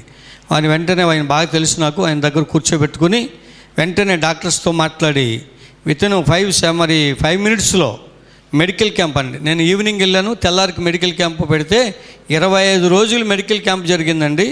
మరి చాలామంది చనిపోయిన వాళ్ళని బ్రతికించడానికి ఒక సేవకుడిగా ఆ ప్రాంతంలో దేవుడు నన్ను నిలబెట్టాడు. మరి నిజంగా మనం కూడా చేయవలసినవి కొన్ని చేస్తే మన సమాజాన్ని, మన ప్రాంతాల్ని, మన గ్రామాల్ని, మన పట్టణాలని మనం కాపాడుకోగలమైనటువంటి మాట నేను చెప్తా ఉన్నాను. మనకెందుకులే దారిపోయినటువంటి దాన్ని మా యొక్క సమరేడు చేసే పని చేయడం మానేసి లేవీలాగా, యాజకులాగా మనం వెళ్ళిపోతే ఆ పడిపోయినాడు అక్కడే ఉంటాడు. వాడిని లేవనెత్తువాడు ఎవడు ఉండడు, వాడిని పట్టించుకునేవాడు ఎవడు ఉండడు. కానీ నేను అంటాను, మనం చేయగలిగినంత చేయగలిగితే దేవుడు అద్భుతమైన కార్యాలు చేస్తాడు. మరి మీ అందరికీ నా హృదయపూర్వక వందనాలు. జ్యోతి ఆనంద్ గారికి కూడా నా హృదయపూర్వక వందనాలు. Thank you sir. Thank you అండి. మంచి మాటలు తెలియజేసిన కొవ్వూరు నియోజకవర్గ చైర్మన్ ప్రెసిడెంట్ రెవరెండ్ అష్కెనజ్ గారికి ధన్యవాదాలు. మరి కృపా సత్య సంపూర్ణుడా, నిత్య నివాసి, పరిశుద్ధాత్మగల దేవ, మీకే వందనాలు. మహిమయు ఘనతయు ప్రభావములు మీకే కలుగునుగాక. మరి సమయమందు తండ్రి, మరి ఏర్పాటు చేస్తున్నటువంటి ఆత్మీయ సమ్మేళనను బట్టి, వచ్చినటువంటి దైవజనులందరిని బట్టి మీకే వందనాలు. మరి నా ప్రభు కార్య ప్రారంభం మొదలుకొని ఈ సమయం వరకు, మొదటి సెక్షన్ వరకు మీ సన్నిధిని తోడుంచారు. మరి 2వ సెక్షన్ అంతట్లో కూడా మీ పరిశుద్ధాత్మ సన్నిధిని, ప్రసన్నతను తోడై ఉంచి మాకు కావలసినటువంటి సమాధానములను తన సమస్త కార్యం మీరే జరిగింపచేస్తూ మహిమ, ఘనత, ప్రభావాలు ఆరోపించుకోమని మా త్వరగా రానియున్న యేసు పరిశుద్ధ నామములో అడిగి స్తుతించి వేడుకుంటున్నాము పరమ తండ్రి. ఆమేన్. తండ్రి అయిన దేవుని ప్రేమ, కుమారుడైన యేసుక్రీస్తు కృప, పరిశుద్ధాత్మ దేవుని అన్యోని సహవాసము కూడిన ప్రతి ఒక్కరికి సదాతోడు నడిపించును గాక. ఆమేన్. Thank you all.